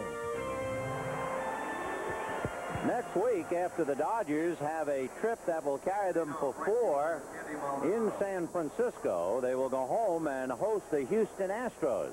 So the Dodgers will have to do some hand-to-hand fighting with the Giants, and no rest for the weary because the Astros are 5 games back, and that'll be our game next Saturday from Dodger Stadium. It begins with an inside look. Line drive right by Larry McWilliams into center field, and Candy Maldonado's second hit. So now it's the Giants trying to come back and pick up the attack. Left fielder, Mike Aldrete. Back in that 4th inning when Maldonado led off with a base hit, remember it was a, you see the Dodger graphic there. They've had their problems. They started to say they play the hit-and-run play and moved Maldonado into scoring position. Strike to Mike Aldrete. Grounded out twice and flied to left, 0 for 3. We'll see if they would ask him to bunt. Down in the bullpen, the big man, Todd Worrell, loosening up. That's something. If he is up to the bunt, your 5th place hitter. But you can see they're just not scoring that many runs. They got to win. Top of the 8th inning. And he's bunting. In the air, foul, and out of play. Aldrete, by the way, has not bunted this year. So it's not as if you're asking somebody to do something he's accustomed to doing. Hey, after that bunt, I would not be surprised as you look at Fay to see Rogers switch it off and play hit and run, because that was not a very good attempt. It was a bad attempt. He kind of stabbed at it, popped it straight up, and what you can't afford to do now is give up an easy out like that and not pick up a base. 0-2 the count to Mike Aldrete. And he got the bunt down with 2 strikes. The play has to go to Oquendo. And Maldonado advances to second base. 1 out. Roger was determined, and he got it. Been an interesting game with Whitey Herzog putting the possible winning run on base and having it knocked in, only to then get a home run from Ozzie Smith to get him off the hook and tie it up. Now Aldrete, the number 5 hitter in the lineup, bunting for the first time this year. And Chris Spire will come up and hit for Ernest Riles. And with 2 strikes, bunting. And put him on. So Spire, who had 5 hits and hit for the cycle against the Cardinals 2 weeks ago today, will have the bat taken out of his hands, and Bob Melvin, the same Melvin who has 2 singles and a double with 2 RBIs and a run scored, on deck. How do you figure this game? I mean, it is really a manager's game. You got the hot hitter coming up next, so they walk the man in front of him to set up the double play. You got your 5th place hitter bunting with 2 strikes. You're putting the lead run on. Whitey did. He gets burned by it. So the unpredictability of baseball, you're seeing it all in this game. Remember, too, because of Herzog's maneuvering, the pitcher's spot is due up 3rd in the bottom of the 8th. And he's just checking it all out. There, he's just exactly doing what you just said. He's checking to see Oquendo leads off, and he's got his 3rd place hitter up there. And that's why they marked that scorecard like that. Mike Rourke looking at it. And in his left hand, you saw that counter. He's counting pitches. So Larry McWilliams, who was victimized by Butler's single that bounced over McGee's head, and then the single by Thompson, that accounted for the lead. Now Herzog is going to make a 2-for-1 change. Luis Alicea will be coming in. Pendleton made the last out, so I assume Pendleton is going to come out of the game. Alicea will probably play 2nd. Oquendo will play 3rd. And they'll bring in Todd Worrell. And that's what's going to happen. Alicea brought out Oquendo's 3rd base glove. And he's moving over there. And now Whitey's going out to the mound. So you can put the pitcher, Worrell, in Pendleton's spot. And Worrell is known as a fastball pitcher the other night against Kevin Mitchell, starting him out with a hard slider. He just didn't come in and try to go by somebody. He did end up striking him out on the fastball, but it was a hard slider. The other night here in St. Louis, it was no score in the ninth inning, and Worrell came in to pitch the ninth. And Mike Marshall hit a home run, and the Dodgers won the game 1-0. And after the game, Lasorda said, Worrell was not throwing the ball well. I watched him warm up, and of the 8 warm-up pitches, something like 6 were breaking balls, and he said that's not the usual Worrell. So that means in the dugout, you're watching a guy warm up as if it might be a tip-off to his stuff, huh? Oh, yes, and the guy that's doing it on the Giant bench right now would be Morales, and you watch Worrell as he warms up, and there's a fastball. Let's just see for the fun of it now. It's 1 fastball. He has 8 pitches. Let's see how many he throws. 2. This is not exactly going to be a series, but it's worth watching because it's a subject rarely discussed. People think that they just go out there to loosen up. Now, that's 3 fastballs. Waiting to see the slider. Not yet. There it is. He just motioned it. Yep, that gesture with the glove. And it was not a very much. good one. No. So he's thrown 3 fastballs, 5 sliders. There's another one with that glove. That's what tells you. All right, that's 3-2. 3-2. He's got 3 more pitches to go. Slider again. So now he's thrown 3 fastballs, 3 sliders, and he has 2 more warm-up tosses. And I think that these 2 will tell you pretty much what his frame of mind is. If you're Melvin, you're watching all this too, aren't you? If you're not, you're really cheating yourself. Breaking ball. And you're going to get some help from Morales, probably. So 4 of his 7 warm-up tosses have been a breaking ball. This should be a fastball. All right, so 4 and 4. I don't know what you learned from that. Maybe the way he did it. He started 3 fastballs, 4 breaking balls, 2 fastballs, and that was it. If I'm Melvin and I'm looking for a pitch based on what I just saw there and what he did to Mitchell the other night, I would look for a breaking ball until I got at least 1 strike. If he throws me a fastball for a strike, I'm dead. All right, Maldonado at second, Spire at first, and here's Melvin. 1 out in the 8th inning, a 5-5 tie. I'm looking breaking ball. And Melvin looking so hard he has something in his eye. All his great strategy and an eyelash takes over. 5-5 in the 8th, 1 out. Cardinals in double play down.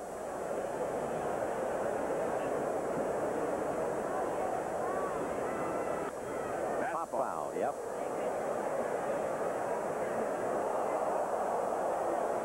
So I'd have a strike on me for not swinging. Melvin's got a strike for swinging. Right, same thing.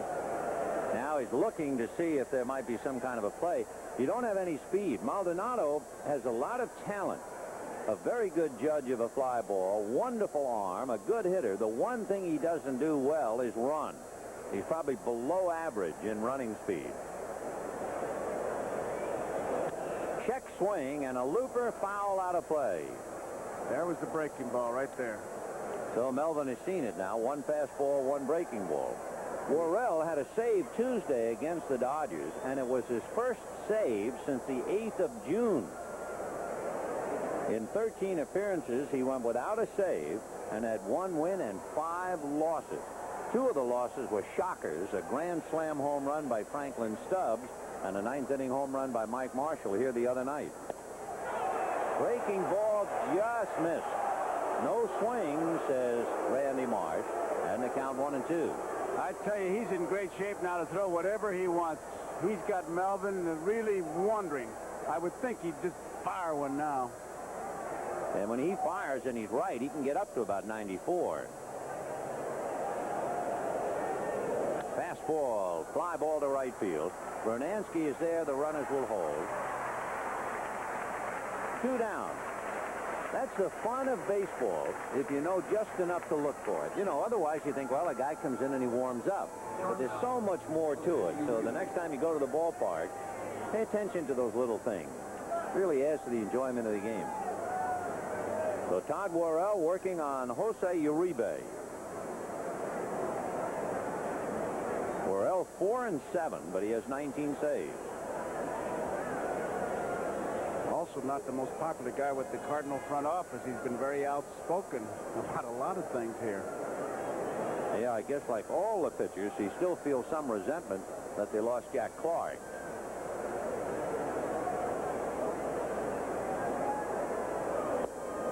Well, 1-0. Uribe flied to right, flied to left, and then was robbed of a hit on a fine play by Pendleton in the 7th inning. Pendleton has made 2 fine plays, but he's gone now. Remember, Oquendo is playing third. Alicea is playing second.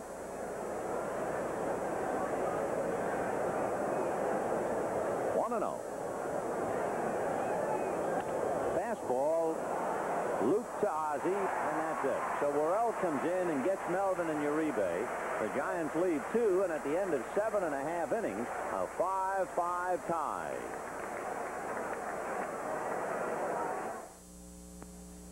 Introducing a light potato chip with a country fresh flavor. New Pringles Light Ranch. And guess what it's missing? A lot of the fat in their regular potato chips. But you'll never miss it. And it's missing a lot of their salt. But you won't miss it. New Pringles Light Ranch, made with sour cream, buttermilk, and herbs for so much country fresh flavor. You'll never miss what's missing. It only happens once a year, so it's big. And Toyota is closing more truck deals than ever. On the top of big factory-to-dealer incentives, special 4x4 options packages can also save you big money on options like chrome bumpers, styled steel wheels, tinted glass. For a really big 4x4 deal, Splendid. Toyota's really big sales event. So, you ready to have a good time tonight? This is it, man. I'm all right. I'm just hyperventilating. Even if that first joke bombs, you still got to laugh. This next guy I'm going to bring up is his first time in the club tonight, Mr. John Campanella. This is as real as it gets. Cold filtered Miller Genuine Draft. I spend 3 to 5 hours a day talking to my clients on the phone, buying and selling for them. So when our phone system packed up the other day, it was impossible. It was a mess. I make my livelihood on the phone, my commissions. Without a telephone, I'm broke.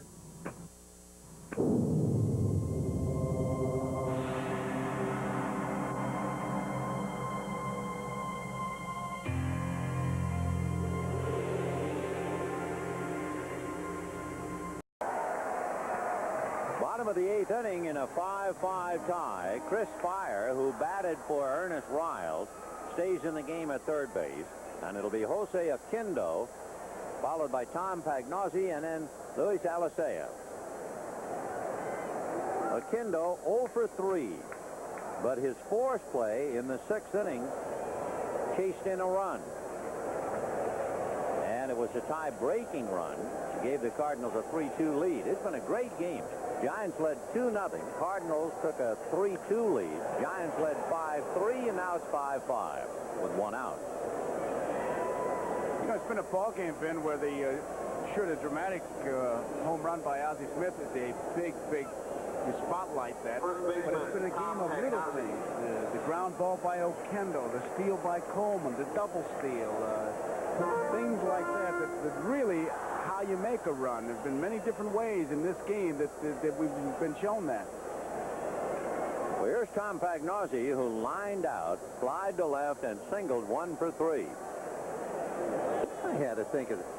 You know, many years ago, there was a mass murderer in England. Now, that seems like a wacky thing to laugh about, and he was definitely not in his right mind.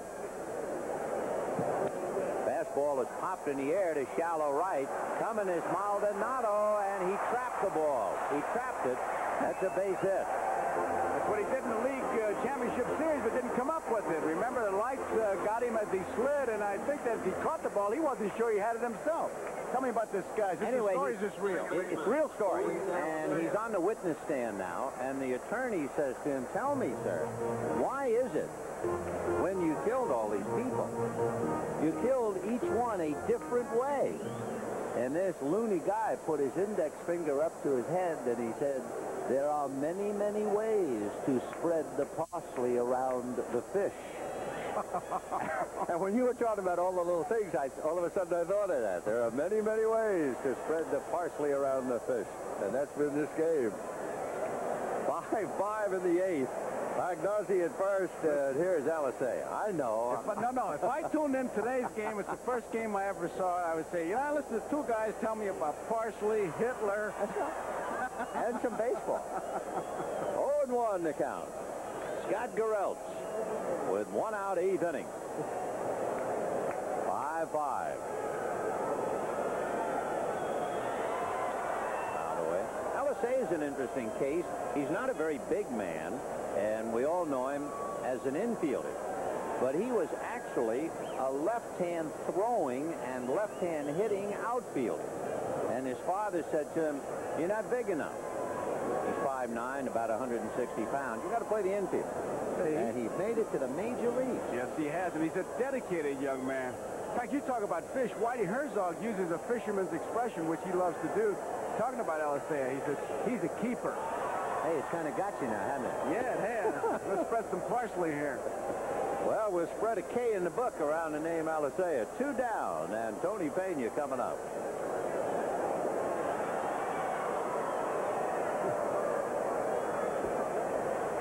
Where else, right? Where else but in England?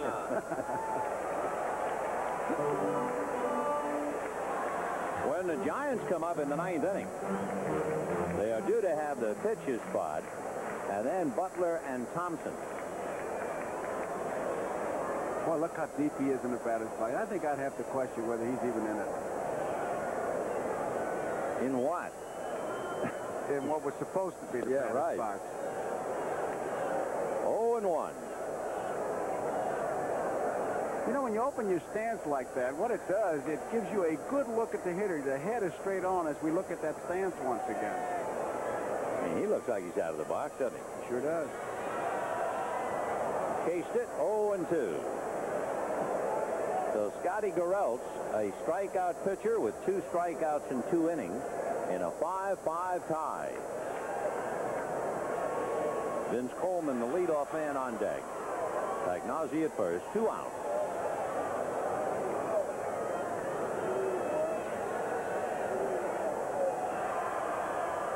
Totals are identical. 5 runs, 9 hits, and 1 error.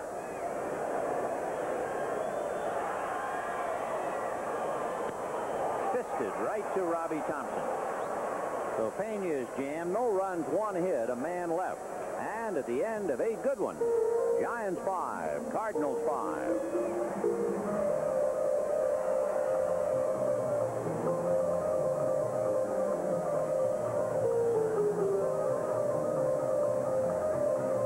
Next week, we will be at Dodger Stadium as the Dodgers and the Astros will tangle. The Astros are 5 games back of the Dodgers.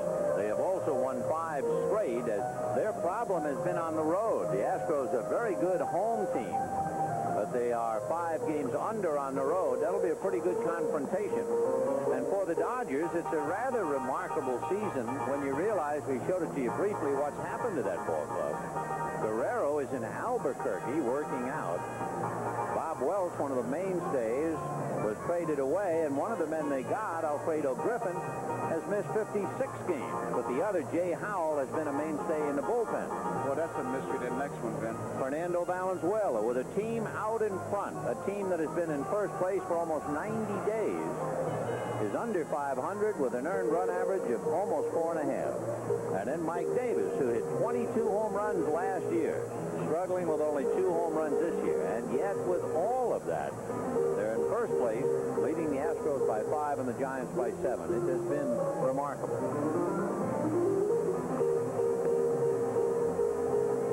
If you would have said Guerrero would have missed that many games, you would have figured most of the firepower is gone. But you got to give that Gibson a lot of credit. You see him practically every day. Yeah, Gibson has been outstanding. The shortstop, Dave Anderson, and Johnny Lewis was talking about him in the dugout. He said, here's a fellow who played sporadic erratically and didn't play really very well.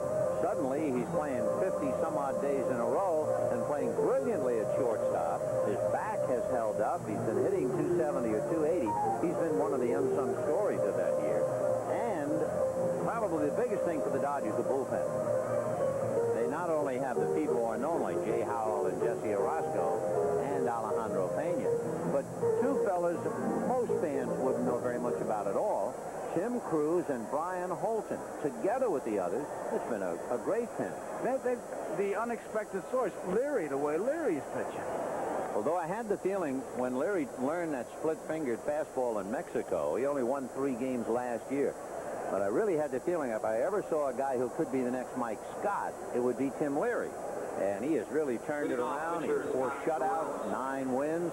He had 2 1-0 victories to win. And the Giants will be seeing the Dodgers for 4 prior to that series with Houston. So this story is yet to be written, and it's a most interesting one. 9th inning, and Scotty Garrels will lead it off. How about that? There's another one for you. Fouled away. So the pitcher leads off the 9th on the road in a 5-5 tie. The Giants have used Bacchus, Price, and Garrels, and Hammaker started the game.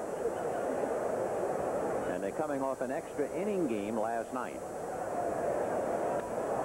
0-2. Scotty's had 2 pretty good swings off of a real hard-throwing Worrell. And he hardly gets any at-bats. He's a closer. He's only had 5 at-bats all year, and he's 1 for 5. 0-2.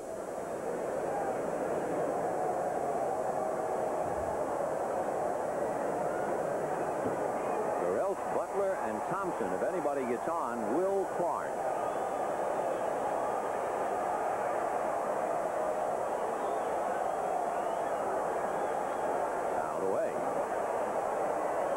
Getting cheated, I'll say that for him. 2 fastballs and a slider, and he's had pretty good cuts at all of them.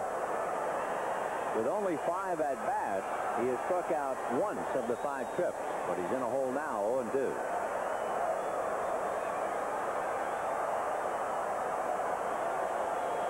Fastball got him. He might have chased it. It was borderline around the shoulders. Down he goes. He was going to swing the minute he released that one. Big crowd here today, 42,072 paid, over 43,000 in the house.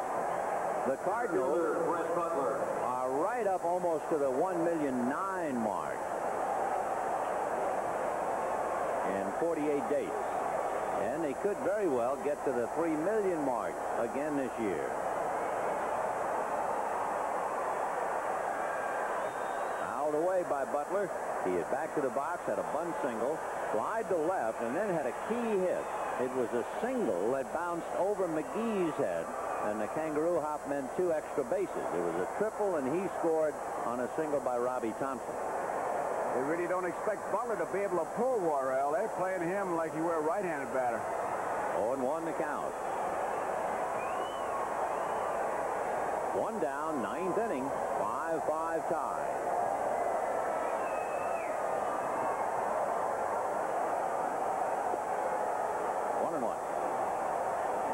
If you're not keeping score and you wonder about the Cardinals in the bottom of the 9th, they'll have Vince Coleman, Ozzie Smith, and Willie McGee.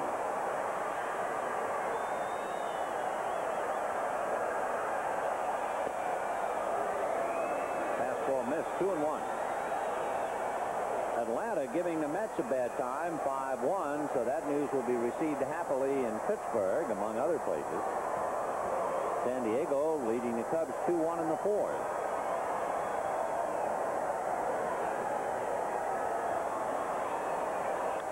Ground ball under the glove of Oquendo and down the line, and Bettler's going to go for 2. Coleman's slow. He is in there. Right under the glove of Jose Oquendo. It just wouldn't come up for him. Ball was hit hard, but you wonder if Pendleton was there. He made 2 fine plays. If Pendleton couldn't have made that play because it was right at him. Kendo tried to backhand that ball, just couldn't do it.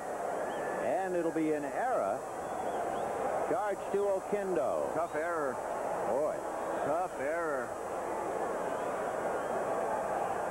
hitter. He's got 2 base hit on his mind from the minute he leaves home plate. So in there in a cloud of dust. So a potential tie-breaking run at second, and here's Robbie Thompson. Alicea going to the bag to try and shorten the lead of Butler. And that was enough for Worrell to back off the rubber. Robbie Thompson, robbed of a hit by Pendleton, struck out, grounded out single. 1 for 4.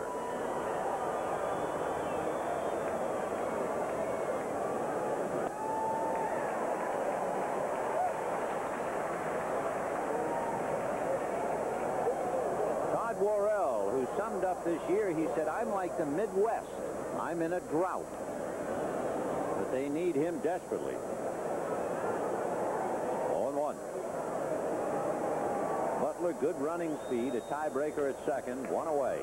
And Will Clark on deck.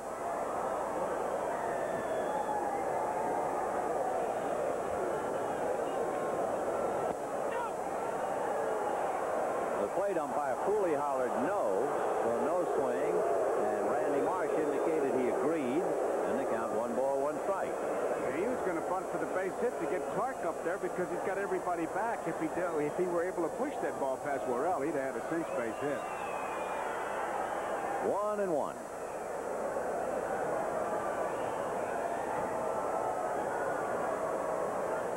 And to the bag goes Alicea.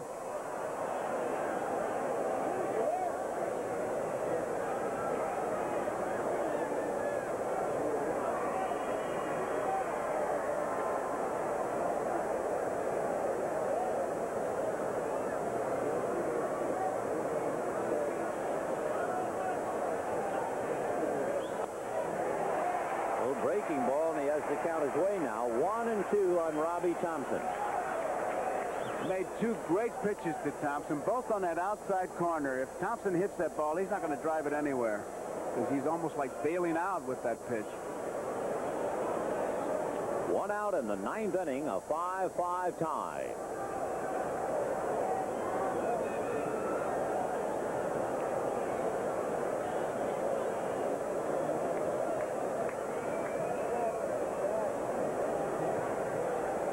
Alicea to the bag.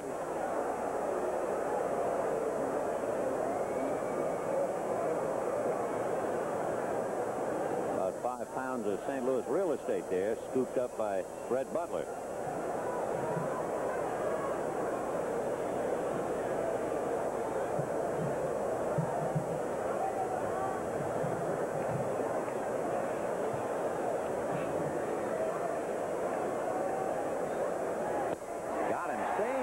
Same location. 3 of them right there in the same spot. 2 breaking balls in the fastball, and I don't think he could reach it. So Robbie Thompson strikes out, fails to advance the runner, and let's see if they take the bat right out of Will Clark's hand. Remember, he's been walked intentionally 15 times this year. He has walked a total of 64 times, and it'll be the same old story. Roger Craig sees his best hitter pushed aside as Clark gets the intentional walk. He's ready, though. If Worrell gets that ball a little bit too close, I think he's going to whack at it. Andy Maldonado is on deck.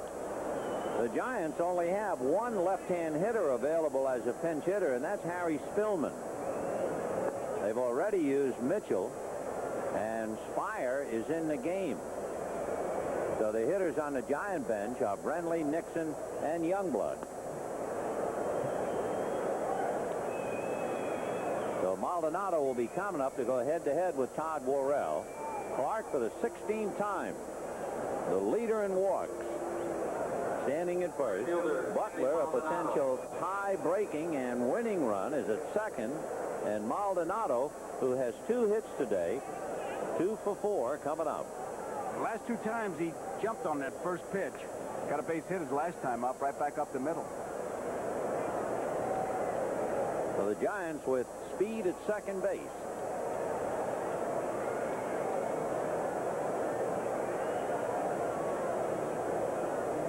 And he hits it to center, but coming up for it is McGee, and it's going to land for a base hit. That gets a run in, and stopping at third is Clark. McGee, who was burned in the 7th inning, was not going to be burned in the 9th. There was no chance. So he let that ball come to him, having already had one bounce over his head. And for Maldonado, his 3rd hit of the day, and a run batted in. Looked like he hit that ball off the end of the bat. He didn't really drive it, and it was just perfect to land there, and all McGee could do was wait for it to hit and come up with it. First pitch, it's like a breaking ball off the end of the bat, and Worrell's reaction, you could see it. He knows it's going to drop, and that's all McGee could do. Let me ask you, 9th inning, if you're McGee, would you have tried to catch that ball? I think I'd have tried everything. I think I'd have got a little closer, yes. Yeah, I think so, too. I think Willie could very well be psychologically affected about what happened early in the game, the throwing error, then the ball bouncing over his head. And it just seems like he's lost his aggression in this game. Remember on the base paths, he barely had a lead. Yeah.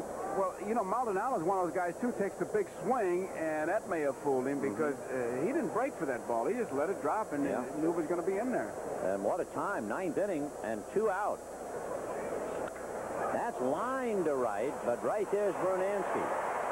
However, the damage has been done. The ball under Oquindo's glove that was ruled an error is cashed in. And at the end of 8.5 innings, the Giants 6 and the Cardinals 5. It's time to work on the ball. Of course, the Giants, they're leading 6-5 in the bottom of the 9th inning. That looks like a pitcher, Don Robinson, doing that. He's a pretty good hitter, too, isn't he? I know, but what is he scraping the big barrel of the bat for? Usually you scrape the handle to thin it out, and he's scraping the barrel. Well, here come the Coleman leading it off. A slicing fly ball down the left field line. It will drop foul untouched and kangaroo up into the seats. 0-1. Coleman fouled out and struck out, walked and scored a run and struck out. And, of course, Scott Garrelts certainly does not want him to get aboard because if anybody seems to ignite the Cardinals, it's Coleman. Garrelts with 2 strikeouts in 2 innings and now bidding for a victory.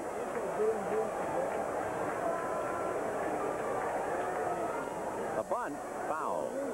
That's going to be the next statistic, I think, Ben. You know, we got the closers and the setup and quality starts. It's going to be the igniters. How many rallies did you ignite? An igniter. Boy, that's his job.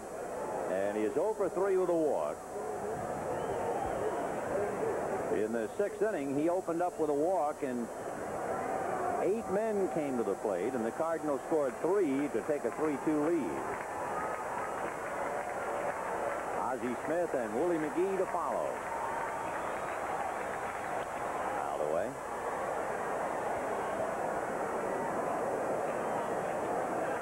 I think what Garrelts said with that pitch was, I'm not about to work on you. I'm not going to take any chances. I'm going to try to throw strikes with every pitch. Coleman is hitting .271. He has 2 home runs. 21 runs batted in. 0-2. Fouled off. Coleman, despite the fact he has only 2 home runs, strikes out a bit. Struck out twice today. He's close to 70 strikeouts. That's the thing that's amazing for a singles hitting ball club. How many strikeouts they have, and how few base on balls by comparison. Whitey says, I know they're not hitting, but they're also not swinging. Breaking ball got him, and that's the 3rd time today that Vince Coleman strikes out. It is the 3rd strikeout for Scott Garrelts. The Major League Baseball game of the week brought to you by Domino's Pizza, because Domino's Pizza delivers. By Toyota, there's quality, then there's Toyota quality. You could ask for anything more. By Miller Genuine Draft, cold-filtered draft beer. It's as real as it gets. And by today's Howard Johnson. We're changing a lot of minds. Beautiful day in St. Louis. 1 out in the 9th. 6-5 Giants. And Ozzie Smith, the batter. Foul ball. Just in case the numbers, to talk about the number of strikeouts, before today's game, the Cardinals have struck out 486 times. The opponents 503.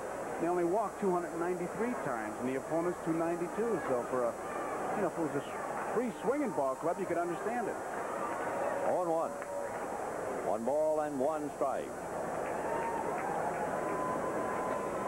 Coleman with 69 strikeouts, and that is tops on the team. Now, that's a fellow with only 2 home runs, leading the team in strikeouts.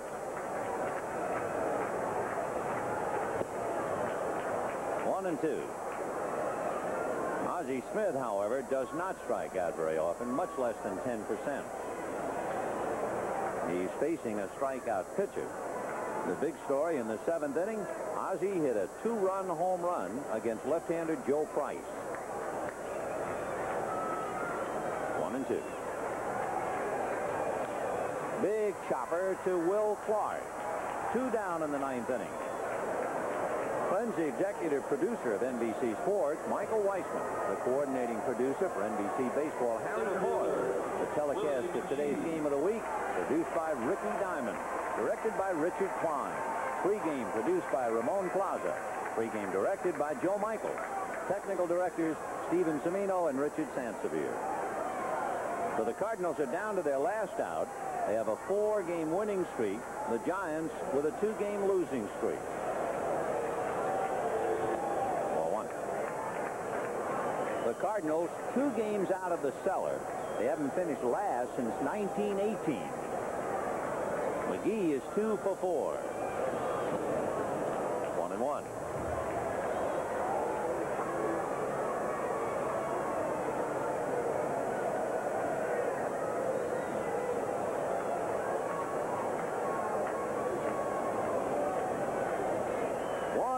The count to Willie McGee.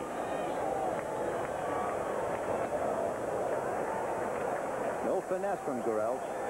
Hard fastball and hard breaking ball. Spire at third base, really guarding the line, even though Willie bats from the left side. Look at that. 2-1. So Gurelt now has McGee 2 balls, 2 strikes. Talk about doing the little things and how to watch a ball game. Right now, if he throws a curveball, I think that's anywhere near the zone, Willie's going. Fouled away off third, well back into the crowd. 42,072 paid, over 43,000 in the house, and they've seen a wild game. Giants led 2-0, Cardinals led 3-2. Giants led 5-3, then it was 5-5, and the Giants lead 6-5. Breaking ball rolled to the right side. Robbie Thompson to Will Clark, and that's it. The Giants come back with a run in the 9th inning and win the ball game 6-5. Scotty Gurelt's the winner. He's 2-4. Todd Worrell, the loser. He is 4-8.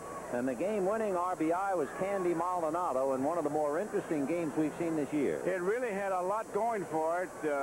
You saw the Cardinals, as we talked about it when it was happening. It was really a 9-to-5 job, how they manufactured runs, a base on balls to Coleman, a base on balls to Smith, and there were infield outs and double steals.